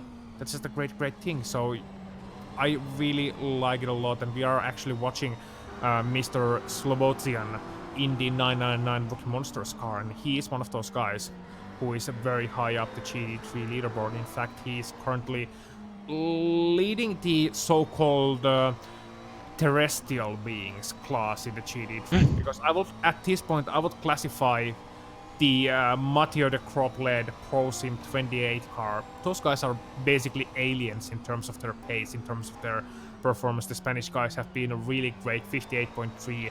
But Slobotian, from him, as you mentioned, to the 8th place in class, 1/10 of a second. So we can see if he can find another 10th of a second, maybe 2/10, maybe get themselves into 58s to at least give them some of the leeway, because right now I bet you that team is sweating bullets out there. And we just had a change of position. Second place in the GT3s. The 45 car has just beaten the Ricky Monsters car. So that is a change of position. However, it's only a 58.9, so he's just improved by 1/10 of a second, and he's gone up to second place in the GT3s. Yeah, so we can see if Bart can match that. I'm sure he'll be receiving information of that one via one way or another as they come to the Le Mans bend and then onto the back straight. Right now, heading towards the Sunset Bend. And the worst thing about Sunset Bend, I don't know if it's the bumps, or the fact that you can almost never find a proper line through it, or the fact that you have a long straight before it, so you have time to think about the corner. I think it's all of those things put into one, because it's probably the hardest corner on the track. It's bumpy, you've got to get the right line, you've got straight before it, you might be like 2/10 up on your delta, and you just want to improve, and then you just mess up the corner. So it's everything all in one, and that is probably why it is such a famous corner. Yeah, some say it's the most difficult corner in America. Do you agree? There's quite a few difficult corners in America. I mean, if you think, what's it called? Is it the King Cut Road Atlanta? That's always quite a difficult one. VIR's got a couple of difficult corners as well. But yeah, that is probably up there, has to be said. It is, it's everything in one corner that you don't really want, but it's all there, and you've got to get around it for 12 hours tomorrow. Yeah. Road Atlanta, the kink at Road Atlanta or America? Atlanta. Oh. I know that there's a kink in both, actually, isn't there? Yeah, there's one in Road America on the backstraight. I'm trying to decipher turn 5 after the SS, you mean? Yeah. Yeah, that's turn 5, yeah. Yeah, that's a difficult one, especially when there seems to be so much runoff and you come downhill into it and you compress just before the corner. And when you get to the compression, it feels in a lot of way like Fuchsröhre feels at Nordschleife, actually. And it's one of those corners that you got to commit to, and there's always that cut track on the outside as well that you got to look out for. Very good corner, but in many ways, Sunset is probably a little bit more difficult actually. So yeah, you might be right in that most difficult corner in America. Yeah. They call it that way, and it's gonna prove its worth, and it has proven its worth already out here today. It's gonna be proving itself even more tomorrow, especially when we do get to the inevitable situation of, hey, I fancy a pass here. How do you pass in Sunset Bend? Do you just stick it up the inside? Could you drive private around the outside? How do you deal with the bumps when you approach in such a difficult angle compared to normal? It's the cool thing about that corner is all of the above. You can literally do anything.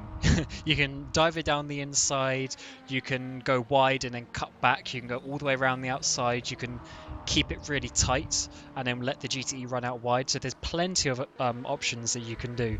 So it's actually quite a good corner for multi-class in that respect as well. Yeah, and it's a fair point to bring up too, you know, the many ways to take Sunset Bend. Someone should make a compilation out of that one.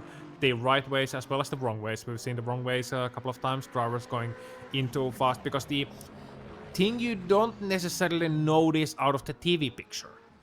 I'll see if I can actually bring you a good shot of going through Sunset Bend on board on this time by, as we are following the number 11 car, the Camp Sport BMW M8 driven by Sean King at the moment. They are 14 class with a 158.3 at the moment, so turn the GDE class. So the important thing to notice is that the corner tightness toward the second apex. Like the first apex, it's almost flat out, really flat out in some cars, and then you have to brake over the bumps, and that's maybe the most difficult thing about it. No. Potentially, but the bumps are sort of always an issue here. So you're ready for that. You sort of prepare yourself, and you know what sort of braking pressure you can do. But obviously, it still catches out some people. Yeah, and here we arrive towards the infamous sunset bend, heading to the long back straight. You can see the speed on the bottom right hand of your screen, 240, 250 kph. They are arriving, sixth gear, turning in and starting to brake as they turn in, practically licking that inside wall, and then taking a middle line approach, sliding a little bit wider. It used to be grass there, not anymore, it's fully paved on the exit. And then you get all the way to the right hand side on the bumpy main straight and start another lap. So that was a 159.4, not her best lap, but her just trying to get used to the car at this point in time, of course. Then you get to the first corner of this track, which I don't believe has an official name, but Cam, we talked about it before the broadcast. Sunrise Bend, maybe? It's certainly a good option for the name, because obviously the corner before it's sunset, so you're going into the sunset, then you do 180 degrees, so sunrise could be a corner. We'll have to see if that one catches on. If you say it enough times over the next 12 hours tomorrow, then maybe it will catch on, who knows. But something I just noticed is that Brioni, a couple laps ago, went even quicker. He's now doing 57.1s on his last two, so he's getting very close to that 46. And I do wonder if he will make it, but he's just showing his class at the moment, half a second in the lead of Simply Race in GTE category. Yeah, and we are on board with him right now. Well, we were, and his last lap he was 100 of a second slower.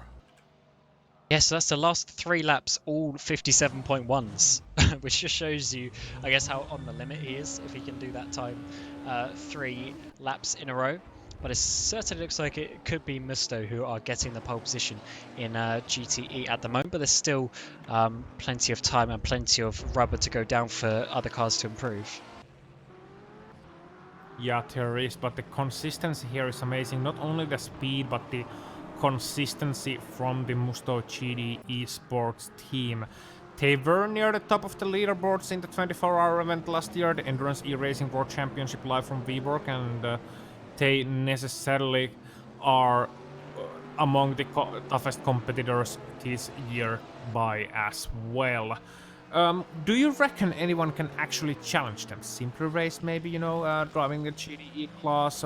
We see DMD SimSport, CamSport, of course, as well as ID SimSport in the GDE class. So, out of those teams, you reckon they would have to pull magic tricks, or do they just have to, drive faster? Yeah, I would say in terms of raw pace, that Musto car is really good, and they know that car a lot. So I would say, yeah, in terms of absolute raw pace, they possibly got it in the bag. But then 12 hours, they got LMP2s who could crash them out when overtaking. There's plenty of stuff that still could happen. In terms of raw pace, they're certainly looking very good. And last year in Viborg as well, there was I can't remember the name of one of the teams, but one of them that was quite good as well was Real Esport, who I believe have entered. They're not at this event, but I believe they might be at other events. So maybe they could be challenged later down the line as well. But they're certainly looking like the benchmark here in Sebring. They sure are. They sure are. And you can just see from these shots what a, desolate looking area it is. It's a former airport, of course. They even raced Formula 1 here, as amazing as that sounds, back in the 50s, back when it was a slightly longer circuit. And, as someone from UK, you have a lot of racing heritage, of course, in the UK. You also, for some reason, had a lot of disused airports after the 1940s. So wasn't your racing scene pretty much, or the way British racing cars, sports cars were made in the 50s, they were born from tight, twisty airport circuits, no? Yeah, a lot of them were. Well, Silverstone is. That's probably the biggest track in the UK. Silverstone is, I believe, Snetterton as well, Donington. Brands Hatch wasn't. Brands Hatch was just in the middle of a field, and it just and it just grew. But yeah, there's quite a lot on disused airports, and they're very good because there's this massive, vast amount of space. Because obviously, airport runways are 2 kilometers, 3 kilometers long, so there's plenty of room to make a really good track. And here in Sebring is just another example of what is possible because it's still being raced today and still one of the best events in the world. Yeah, and in terms of airport circuits, I don't think we actually have any in Finland. Anything built in near or at airports.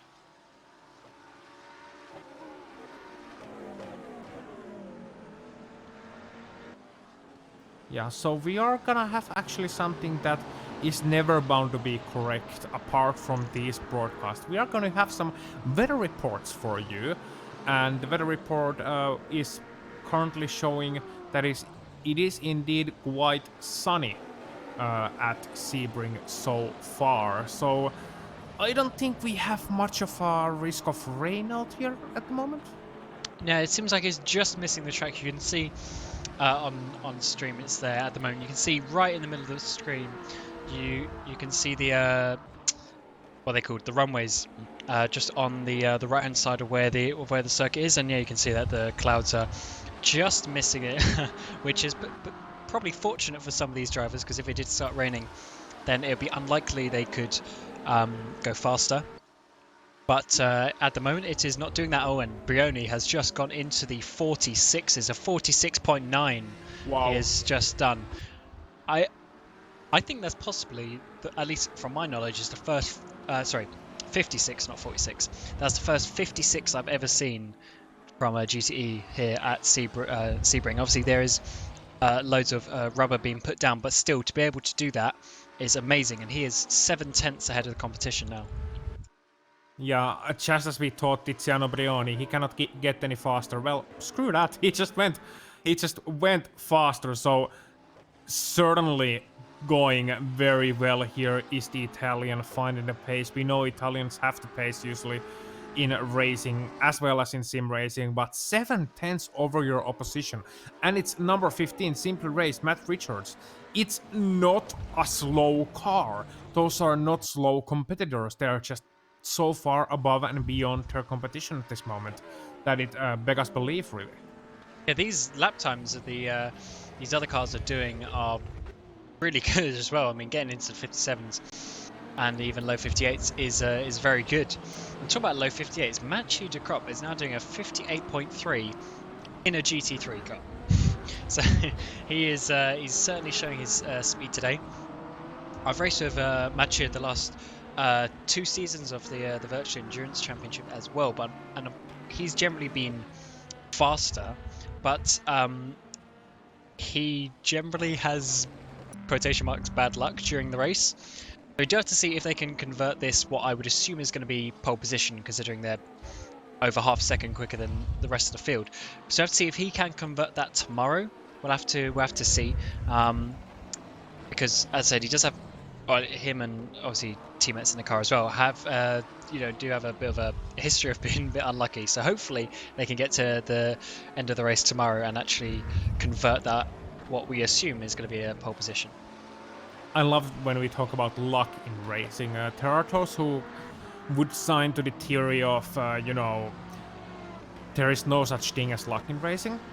And then there are those who have actually driven race cars and can prove that wrong, because sometimes it can feel you can put your car in the smallest gap possible and you can go with the craziest risk on the corner exit. You can just put an absolutely crazy setup and it'll work. You will try a risky strat and it'll work, and you will just win an event and everything goes right. And then sometimes you have those days when the bad luck, when it comes, when it pours, when it rains, it pours. You had those days as well. I'm sure you had. Yes. I had those days as well, from the setup being wrong despite all the testing you've done, from having some connection issues to, spinning out in your fast qualifying lap, or somebody getting ahead, to getting all the bad luck in traffic, it seems. And it can really wear down on you. Well, that's multi-class endurance racing. That is why we come here. Every race is different. Every race is going to go differently because it just depends where you meet the traffic. If you're fighting in someone and you meet a bit of traffic and you lose a couple of seconds, which is very easy if you stay behind a slower car for a couple of corners, you can't guess that. It's just it's impossible. So that's why we do it. Every race is completely different, and I do believe in sort of our luck, but that's why I said quotation marks luck, because you do make your own luck if you start being a bit silly and you start diving down the inside of cars, or you take too much risk, or you just in general are driving a bit badly, then obviously the race is going to go worse from there. Oh yes, yeah, we know what you meant by saying quotation marks unlucky, because it usually means as if I think you English people actually have brilliant saying for that. It's just he was very brave, or something along those lines. That's very brave of you. Sort of, is it? We don't. That's not like the most common saying as such, but yeah, obviously some people go a little bit too far.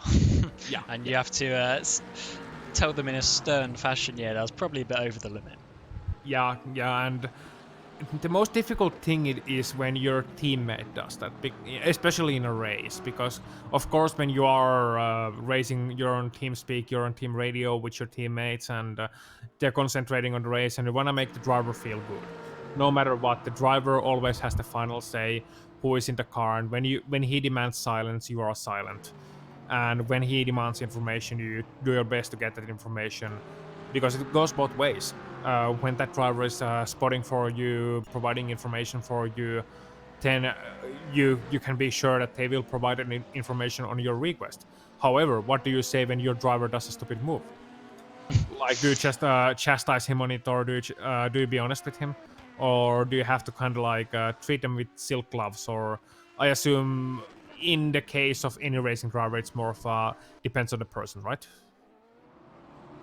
It does, yeah. I would say it probably depends on the person and how you know how you know what they're going to react or how they're going to react. Because sometimes there are some people that if you start getting annoyed with them, then they're just going to get even more annoyed, and then they start driving worse. Whereas with some people take criticism, they can learn from that. And during a 12-hour race, that might be quite good after the first 30 minutes to say, yeah, maybe just calm down a little bit. Oh yeah, I remember getting a radio call after first 1 hour and 20 minutes of Le Mans 24-hour event. I was the starting car in GDE class, starting driver in the GDE class. We started pretty much last in that race. It was broadcasted, and we knew we had good pace. We just didn't have a good qualifying. So I was starting it, and after 1 hour 20 minutes of random events happening, various events happening, I was like, oof.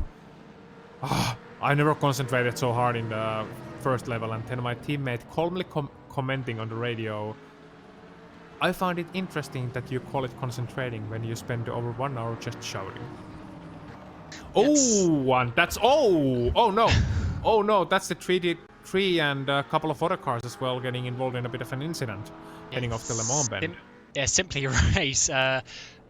Got caught up with one of the GT3 Corvettes, and then another of the GTE cars as well.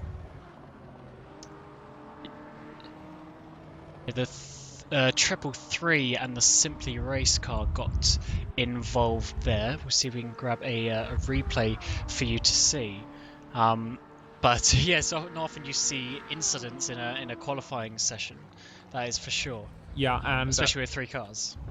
I have it ready right now from on board the 333 heading into the Le Mans bend, and we can go on it right now. And as you can see, one car goes wide, the other car hits him, and then just tries to go left. Your lap is ruined, and then just bend it to the inside wall. And something that can help you be a bit more comfortable is obviously various equipment and things like that. So back for these sponsors, we can show you some commercials, and we'll be back in a few minutes.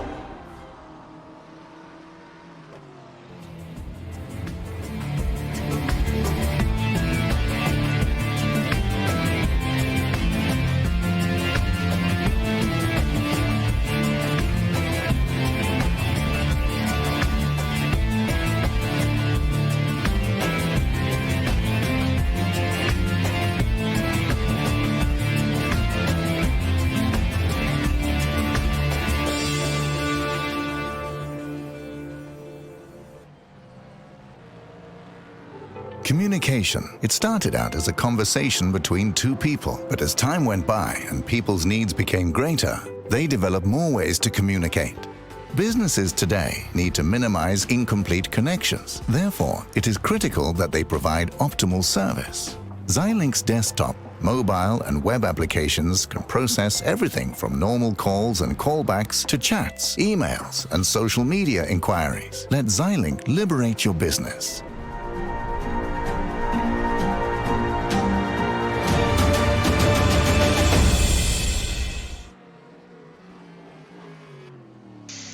And we're here for the final 26 minutes here of the opening qualifying session of the Endurance E-Racing World Championship season, the 12 hours of Sebring, and we've been following these drivers for just over an hour and a half now, but we are into the final 30 minutes. And this is where all the quick times have the potential to come in. The track is in its best condition. It's got the most rubber down on there. The teams will be swapping their drivers in to get their fastest drivers out there right now to see if they can get those final setup tweaks and final maybe improvements in driving to try and get the absolute best time they can. But let's just take you through what is happening. And Rookie Monster still lead in the LMP2 category. However, ID SimSport have caught them up a little bit. They're only 1.3 seconds off. They were a bit closer to 2 seconds, so they haven't improved over the last 20 minutes or so. Then we've got Musto GD Esports leading the way in the GTE category, as we've said before, getting into the 1:56, very quick time set by Tiziano Brioni. They've now got Giuseppe Dufoco in the car at the moment, and they're leading Simply Race by just over 0.7 of a second, so huge gap.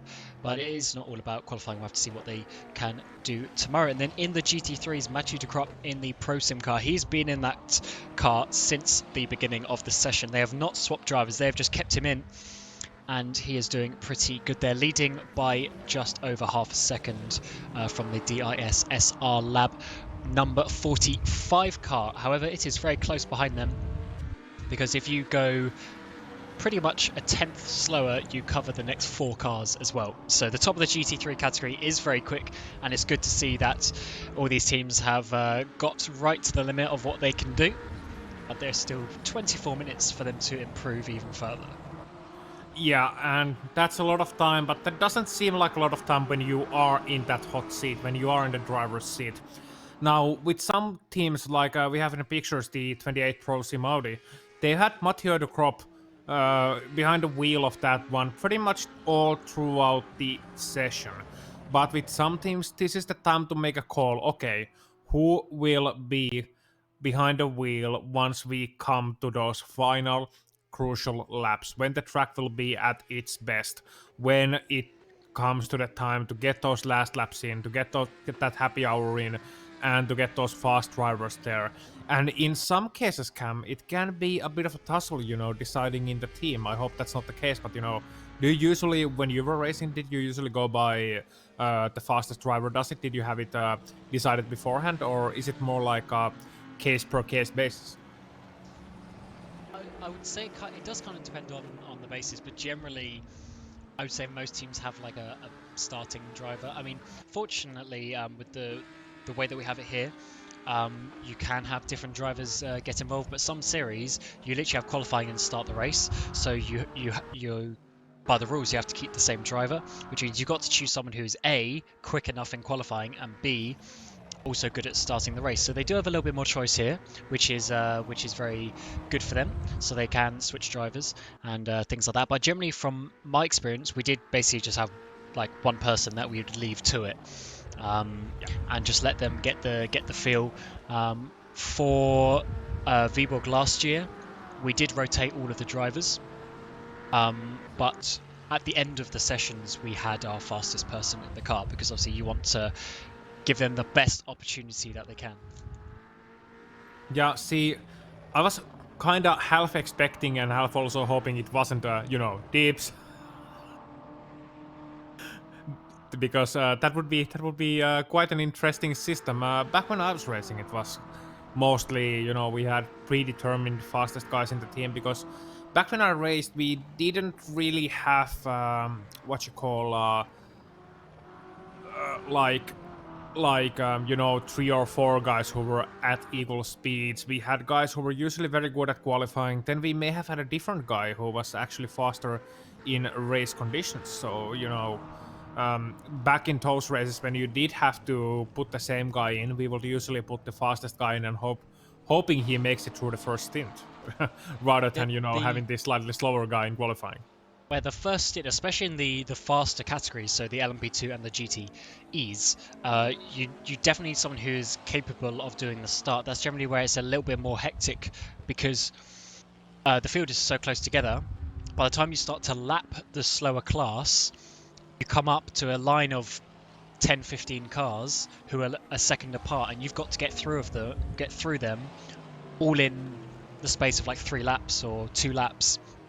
So it's very hectic at the beginning. Then obviously you have a couple of clean laps again, and then as the race goes on, the cars filter in to their space in the race. But that first stint can be very hectic when you've got to get through all those cars, and you don't want to lose any more time in traffic than you need to.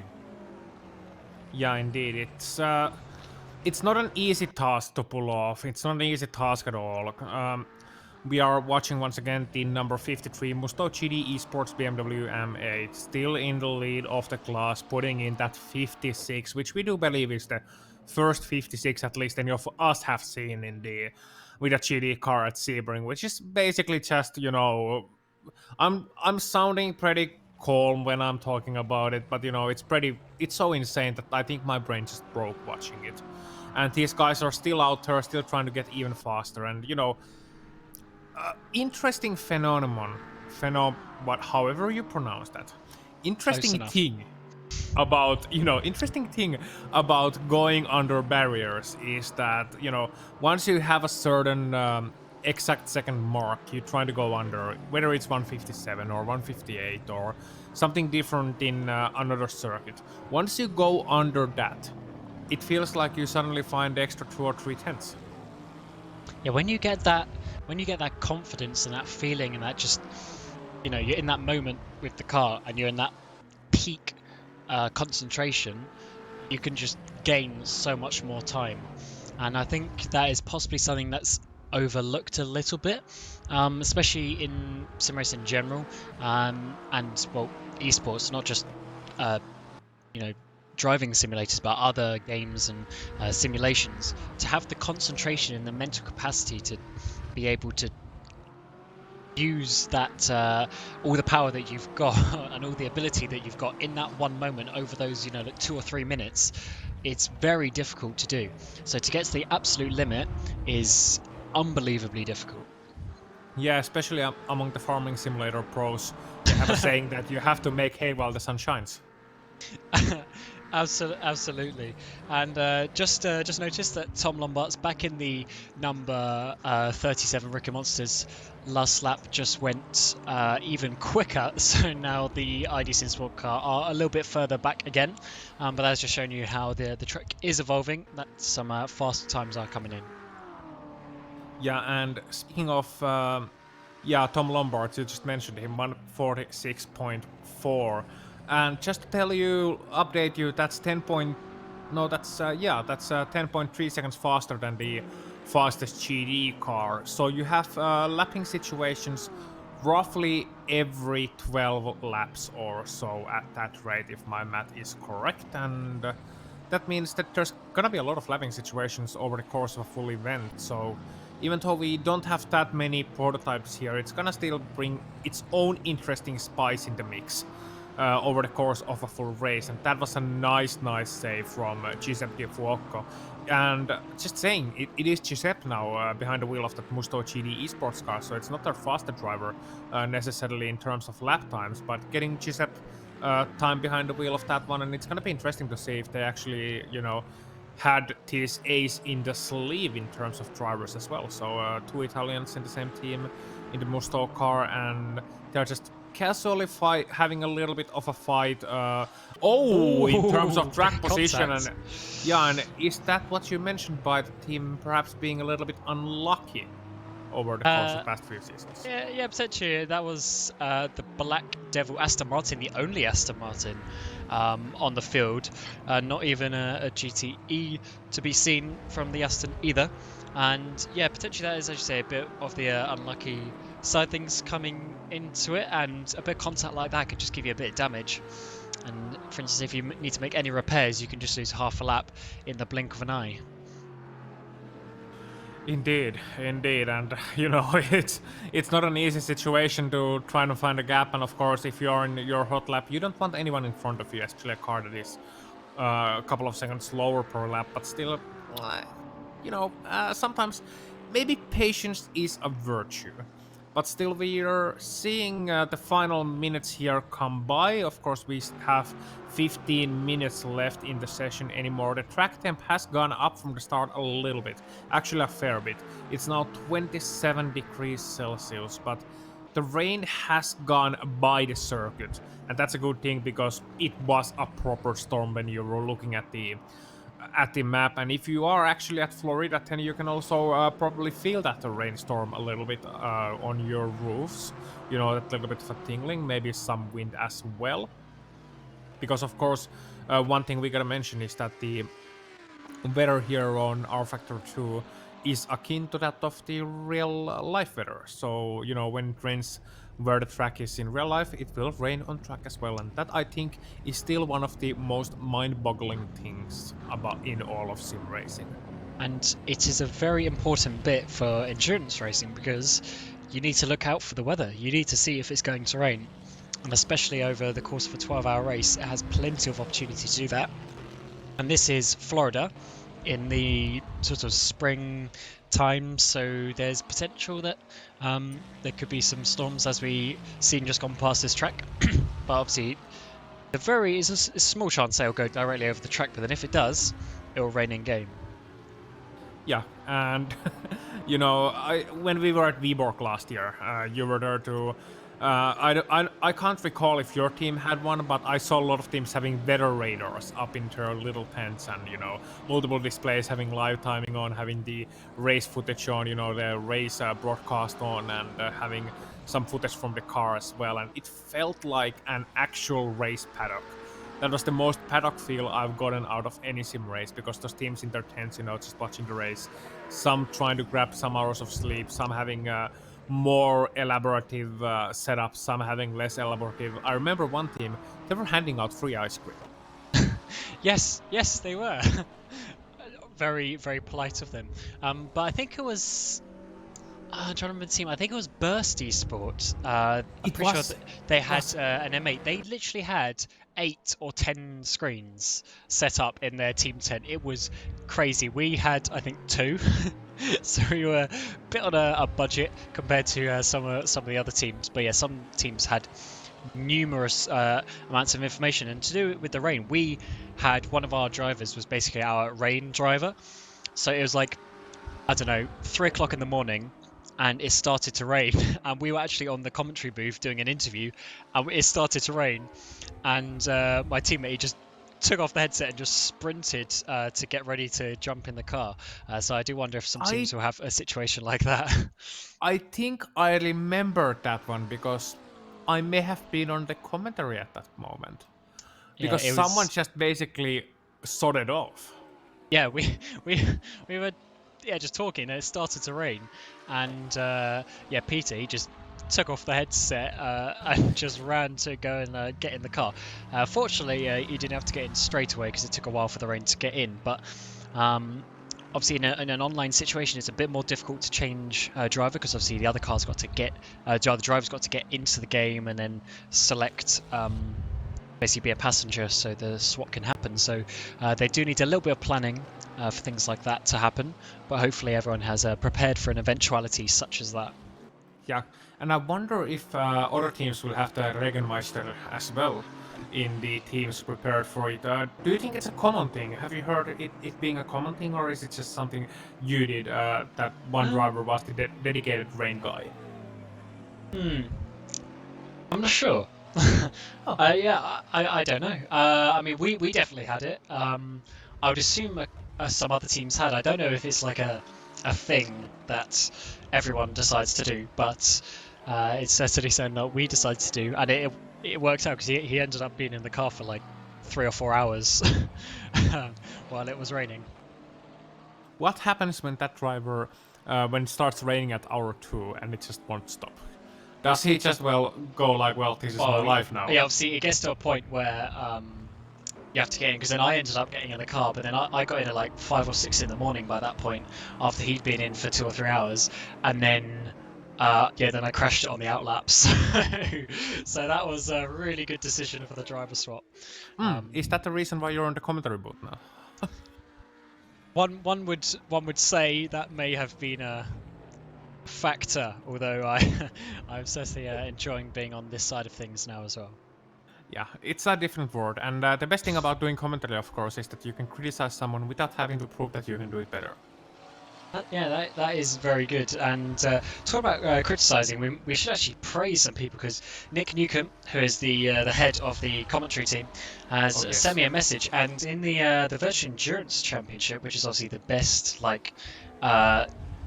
GT drivers that there are, arguably, they did a 57.3 as their pole position time, and in the GTE category, and GT Esports are currently 4/10 quicker than that. So that is just to prove to you how quick that time is by the Misto team.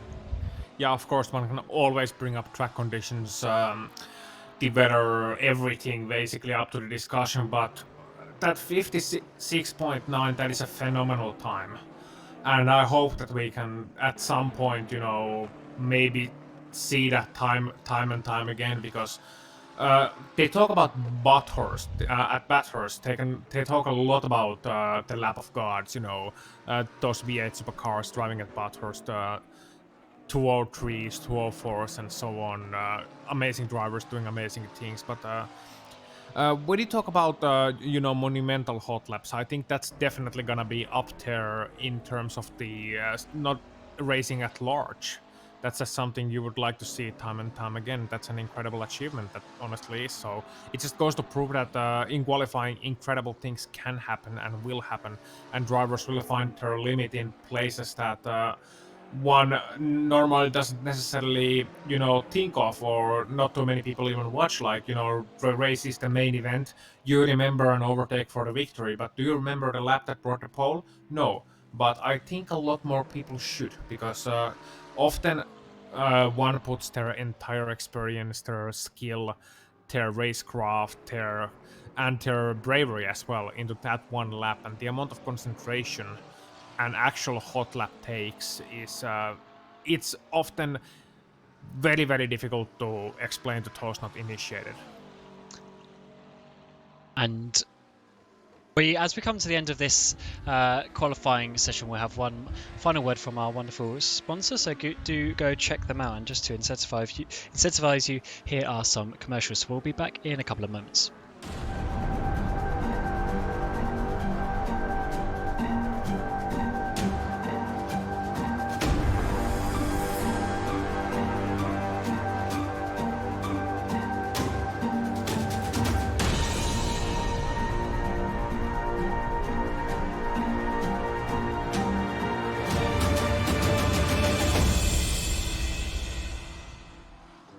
Communication. It started out as a conversation between two people, but as time went by and people's needs became greater, they developed more ways to communicate. Businesses today need to minimize incomplete connections. Therefore, it is critical that they provide optimal service. Xilinx desktop, mobile, and web applications can process everything from normal calls and callbacks to chats, emails, and social media inquiries. Let Xilinx liberate your business.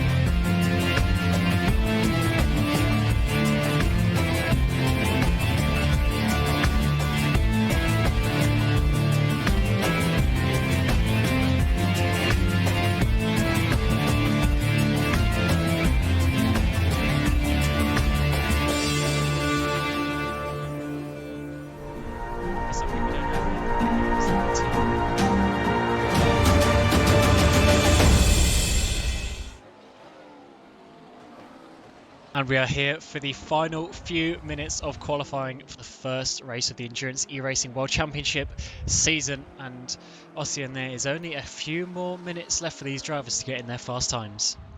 There's not very much time at all, you know, a few more minutes. It's time for the last grasp, the last hurrah, the last try to get faster and faster and faster and see if you can bring in that final qualifying effort. We're watching Brad Slobosian of the Team Rookie Monsters 999.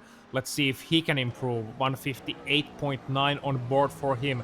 We talked about the GD3 battles cam all night long.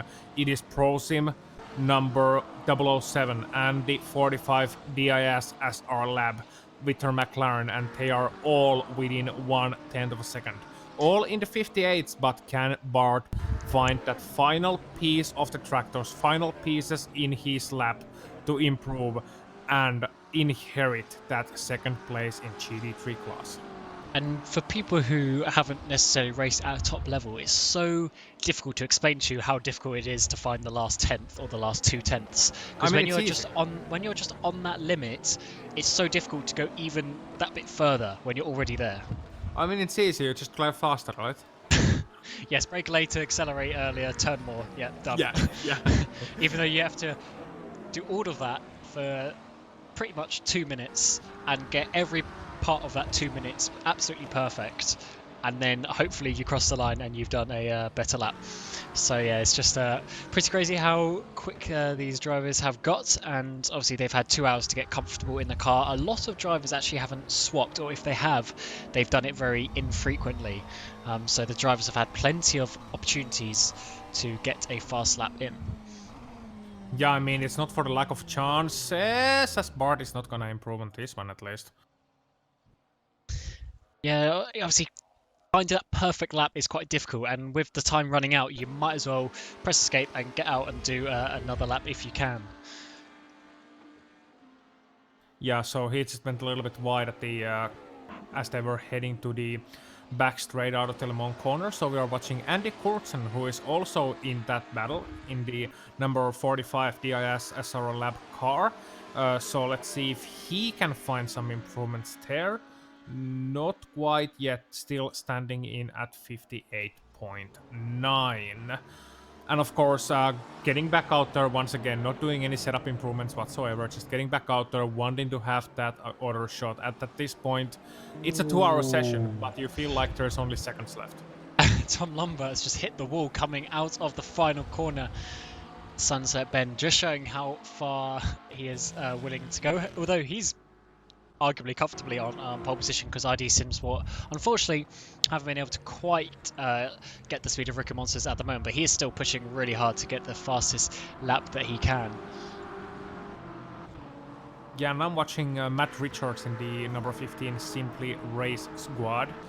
See if they can find a bit of improvement. Of course, they are sitting 7/10 of a second behind the almighty fast, the meteoric Musto GD Esports car, and they actually just stopped their lap, so you know, here you go. But how crushing must it be that you had months of practice, weeks and months of practice, you know you're an established team with established good drivers, we know the ego of a racing driver, and then you just walk into a qualifying session feeling happy, thinking you're gonna maybe fight for the pole, and boom, 7/10 of a second. Yeah. That's a lifetime. That is so much in the grand scheme of things when you get to the top level. And ID Simsport just went for a spin, the number 199, their first time, as you mentioned, in this LMP2, and it looks like they're going to be second place, because there's only 2 minutes left, so you need to basically get out now so you can start your lap before the timer hits 0, and then that will be your final lap to be able to be completed. Yeah, and here we see a replay of that one, and just getting loose after contact with a GD car. So that was definitely a weird one, and having to stop there at the exit of the Le Mans bend as well, or the entry of it rather. Keeping the car going though, but you entered what is called a wiggle there. Cam, explain wiggle to our viewer, because it's a term that carries plenty of meanings. Well, in this definition, is basically just the weight transfer, and then obviously it grips up, and then you overcorrect, so it flicks the other way, then you overcorrect again, and then there's just too much momentum, so it spins it around, and we might see that. Well, hopefully not, but we might see a couple of times tomorrow as well. But we are now just entering the final minute of qualifying, so drivers need to start their laps now, as they do not have enough time to leave the pit lane to start. So pretty much all the laps that you see now will be the final laps for all of these drivers, and we'll try and keep you up to date with anyone who is improving. Indeed, we will be doing very much so as this session rolls along. Final 2 minutes, and that's gonna be it for today's qualifying. After that one, let's see if it's gonna be this current running order or if it's gonna be some other guys who might be finding a bit of pace. Let's see if Matt Richards can find something on his sleeve, or perhaps if it's gonna be Kristen Kelly or someone else finding a bit of time. How about Mathieu Ducrop? Is he safe on the GD3 pole? I think so. He's sitting at 158.3 and sitting pretty on top of the GD3 class, but on the second place, it's an almighty battle between the 007 Pro Sim and the 45 DIS SR Lab and the 999 Rookie Monsters. And don't discount Alessandro Ottaviani and 27 Sim Racing Motorsport McLaren 720S as well, because that's quite close they've been to that 59 barrier, and they actually just improved to a 59.0, so they're only sitting 1.5 tenths away. However, time is soon running out for them.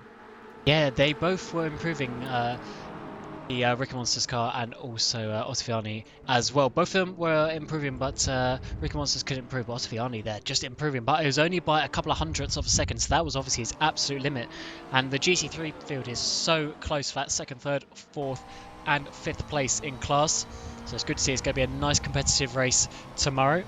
And just having a look, we got Ducrop, who has done a personal best in the middle sector as well, but he's comfortably on pole position, but he's still got another corner where he can improve as well. But obviously getting pole but even bigger will just boost their confidence for tomorrow. Yeah, and Andy Kortsen on his final lap as well, coming over the line now. Let's see if he can improve. No, he can't. Stays at 58.912, and that means it is just a couple of cars to go. Oh, the crop improved on the final lap for him. Wow. He didn't need to, but he went and did it anyway. And he's doing some nice donuts as well, as he just taps the ball. But yeah, do some nice donuts. So it's good to see that they could get pole position quite comfortably. And in the end, they got pole position from their sister car, the 007, but by about 0.6 of a second. So that is pretty crazy. That could be such a big difference. But it looks like your class leaders are going to be the 37 Rookie Monsters driven by Tom Lombards, then the Musto GD Esports car for your GTEs, who the time was set by Tiziano Brioni, but finished with Giuseppe Duoco, the number 53, and then your pole position for the GTEs will be the number 028, the Pro Sim car driven by Mathieu Ducrop. Indeed, and as the final cars roll the line and as the checkered flag waves over the horizon at Sebring International Raceway, we will go for some final commercials, and then we shall bring you the full results as well as some driver interviews. So don't go anywhere. More insight from Endurance E-Racing World Championship will be back soon.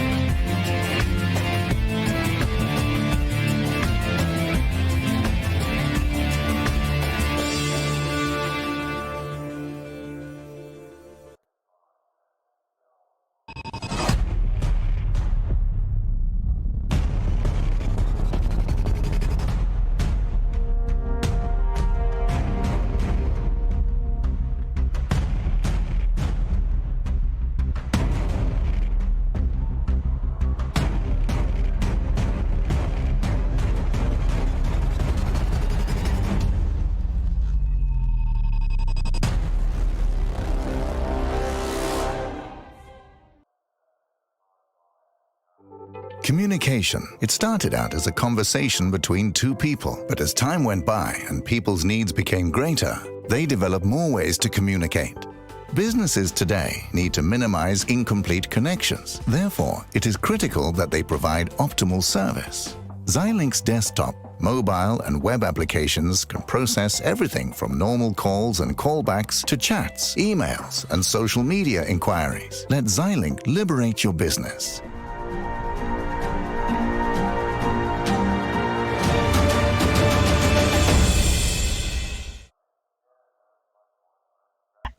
And we have just seen the qualifying session for the first race of the Endurance E-Racing season.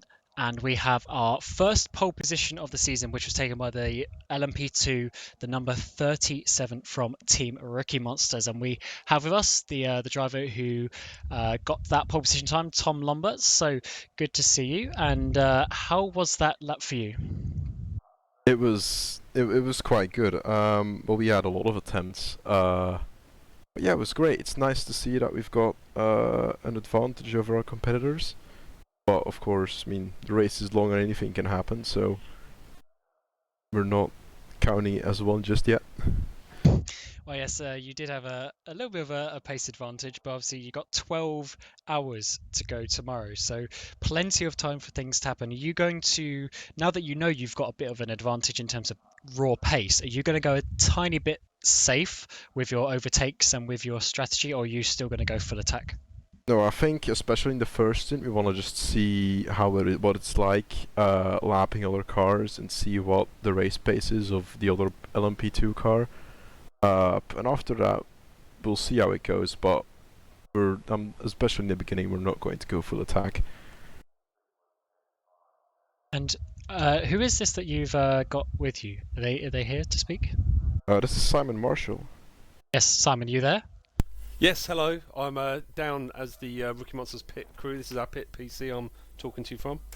Oh, nice. So how are you going to instruct your crew tomorrow? Because you do have 12 hours to get through, so you do need to keep it safe, but you also want to be as fast as you can as well. Yeah, so it's a question of risk management. The P2's done a great job. They're not going to be needing to push too hard. There's a lot of unknown teams, a lot of unknown traffic they're going to have to negotiate. So there's going to be quite a bit of learning in the first hour. So yeah, it's going to be a question of taking those risks out of any overtakes and being very safe. Well, we do congratulate you, and hopefully you can keep a nice, safe race tomorrow. You do have one other LMP2, so if you keep it nice and safe, then you should be able to get a nice result, and hopefully take out the first win of the season. So good luck tomorrow. Thank you very much. Thank you. I will drag in Andreas Nygaard, because Andreas, your team managed to get second place overall, second in the LMP2s. You were a little bit off the Rookie Monsters, but how do you plan to get ahead of them tomorrow? I don't think we can get ahead of them because, as you can see, they are like 1.5 seconds faster than us. But I have a plan that we have to finish this race. We have to use this race as a test race to test LMP2, because as you talked with Michael before, Ed, that this race is a test race for us. So we have to learn the LMP2 in this race. So I don't think we will get ahead, but we will try to do our best. And how has it been learning that LMP2 for you personally over the GT cars? Fantastic. I driven the GT3, but the GT3 is just an easy car to say, because ABS and TC. But the LMP2 is fun because it's so fast, and you have a lot more to think about when you're racing. It's just not to think about your own race, but you have a lot of thing else. But yeah, I would categorize it as fun to race at. Well, good luck tomorrow, and Thank you very much. hopefully you can make it to the end of the 12 hours. Yeah, hopefully. All right, thank you. You're welcome. Matthew, are you there? Congrats to everyone. Congrats to you for getting pole position in the GT3s. You were very quick. You had a nice big gap to the other GT3 cars. So do you think you've got it easy tomorrow, or are you gonna maybe be a little bit more calm now that you know you've got a pace advantage? Yeah, I'll definitely be more calm, considering it's gonna be a long race. I mean, 12 hours is always a different approach than qualifying for sure. So my teammate Roy de Monk is also thinking the same, and we've set the car not necessarily to be fast, but be sure it's easy to drive, and yeah.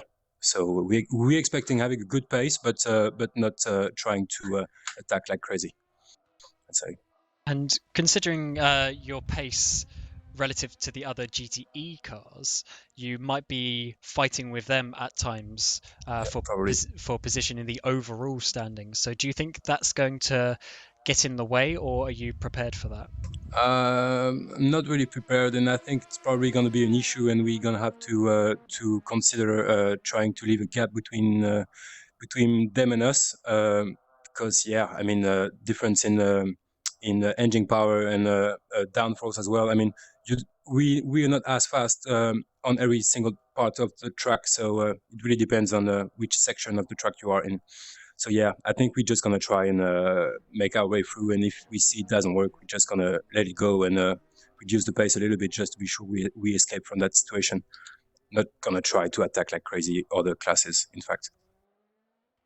Well, we wish you luck for tomorrow, and hopefully you do make it all the way through the 12 hours and that your internet keeps up, because I know you've had some issues. Yeah, that wasn't really times. internet issues I had the entire season. That was only VR issues. My VR screen just getting black out, but the game continuing. So I mean, it's kind of disappointing.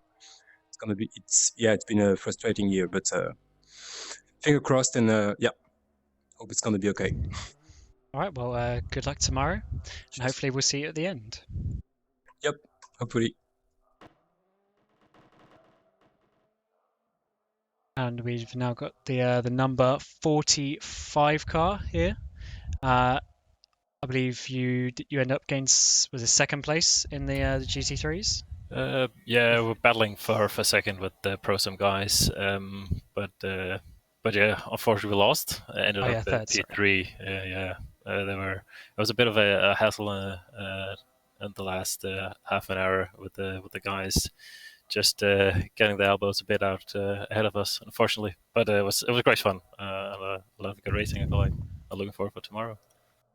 Yeah, just want to chime in with a quick question. How was it to be in such a tight qualifying battle? Because you guys were pretty much within 1/10 of a second all throughout the qualifying, improving each other.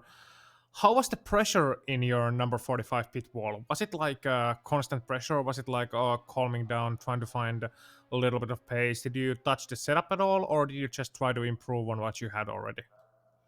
We tried going into a small min-maxing, trying to optimize a bit around fuel, especially around turn 17, trying to get a great exit there just to gain that half a tenth, which was probably what was needed to get the P2. So I think, especially for Andy being our main driver, sitting on the pit wall for him is he wants a lot of information. So I'm just pitching in with everything I got, and we're trying to figure out what's the best solution. But I think the pressure was high, extremely high, and seeing the timer tick down was it was tough. But I guess that's why qualification is so fun. So do you think when it comes to tomorrow, 12 hours of Sebring, not an easy track and not an easy race, of course the first race of the Endurance E-Racing World Championship season 2020. What do you think about the race pace? Do you think you have the edge over your competition in terms of race pace? Have you focused specifically on race, or was the qualifying kind of your chance to show off a bit? I think our focus has primarily been on racing. So that's of course where this Sebring is defined, right, and the winners are the one crossing first. So our race pace is one we've had the focus on, and this setup has also primarily been on that. The qualification setup that we've been running for today of course shouldn't say too much, but it isn't that far from what we're driving in race pace. So I think tomorrow is our time to shine. I'd rather get first tomorrow and third today, right? Yeah, I mean, the first race of the season is always the first step towards the championship. So, anything you'd like to add to your sponsors, friends, families, anyone? Yeah, thank you very much, especially for this Danish engineering service. They are the guys that are making this possible for us and took us around. So it's extremely fun, and I hope to all the viewers looking at stream at the moment, join tomorrow and let's have some great fun. And I think especially the first stints is going to be extremely fun with that many cars laying that close. And with the GTs being not that faster than the GT3 cars is also putting in a bit of extra spice on the race. I think tomorrow is going to be extremely good racing.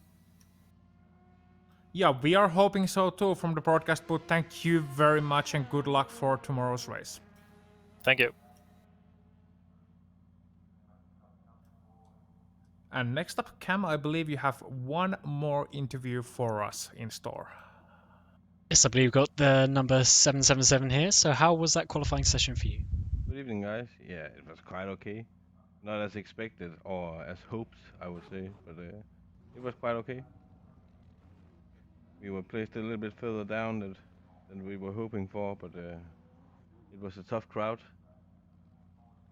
Do you think you can have a bit better race pace for tomorrow to maybe challenge for the higher up positions? Yeah, I'm pretty confident that we can do that. But there's a lot of new guys in the field this time, so we have to see how it goes tomorrow and give it all that we can that we can.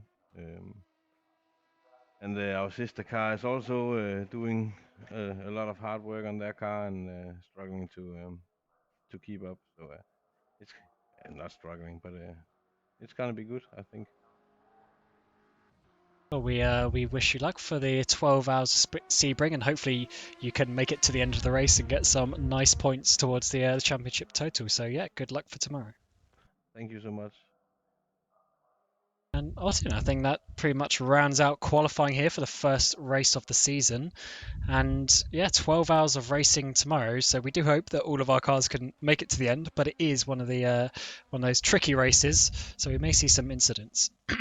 Oh yeah, we are always hoping all cars make it to the end, but reality is always a bit more cruel than that. So it's a case of who can make it to the end, who can make it to the end in one piece, who can avoid the incidents most. It's gonna be about raw pace, of course, because endurance racing these days tends to be more about 12 hours. You got 12 sprint races rather than one long one, but you have to also keep the whole picture in mind. But in total, Cam, I think you'll agree when I say it's gonna be one worth watching. It's going to be an absolutely amazing race. And we will see you tomorrow for the race 11 CEST. We will be starting our broadcast, so we will see you then. And we'd like to thank all of our sponsors. But until tomorrow, we will see you for the 12 hours of Sebring. Cheerio.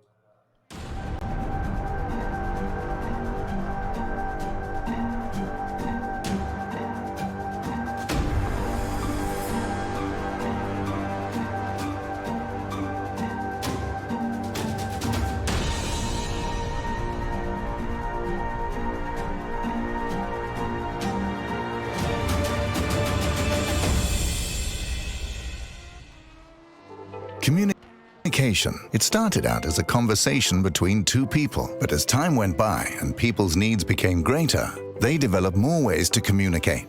Businesses today need to minimize incomplete connections. Therefore, it is critical that they provide optimal service. Xilinx desktop, mobile and web applications can process everything from normal calls and callbacks to chats, emails, and social media inquiries. Let Xilinx liberate your business.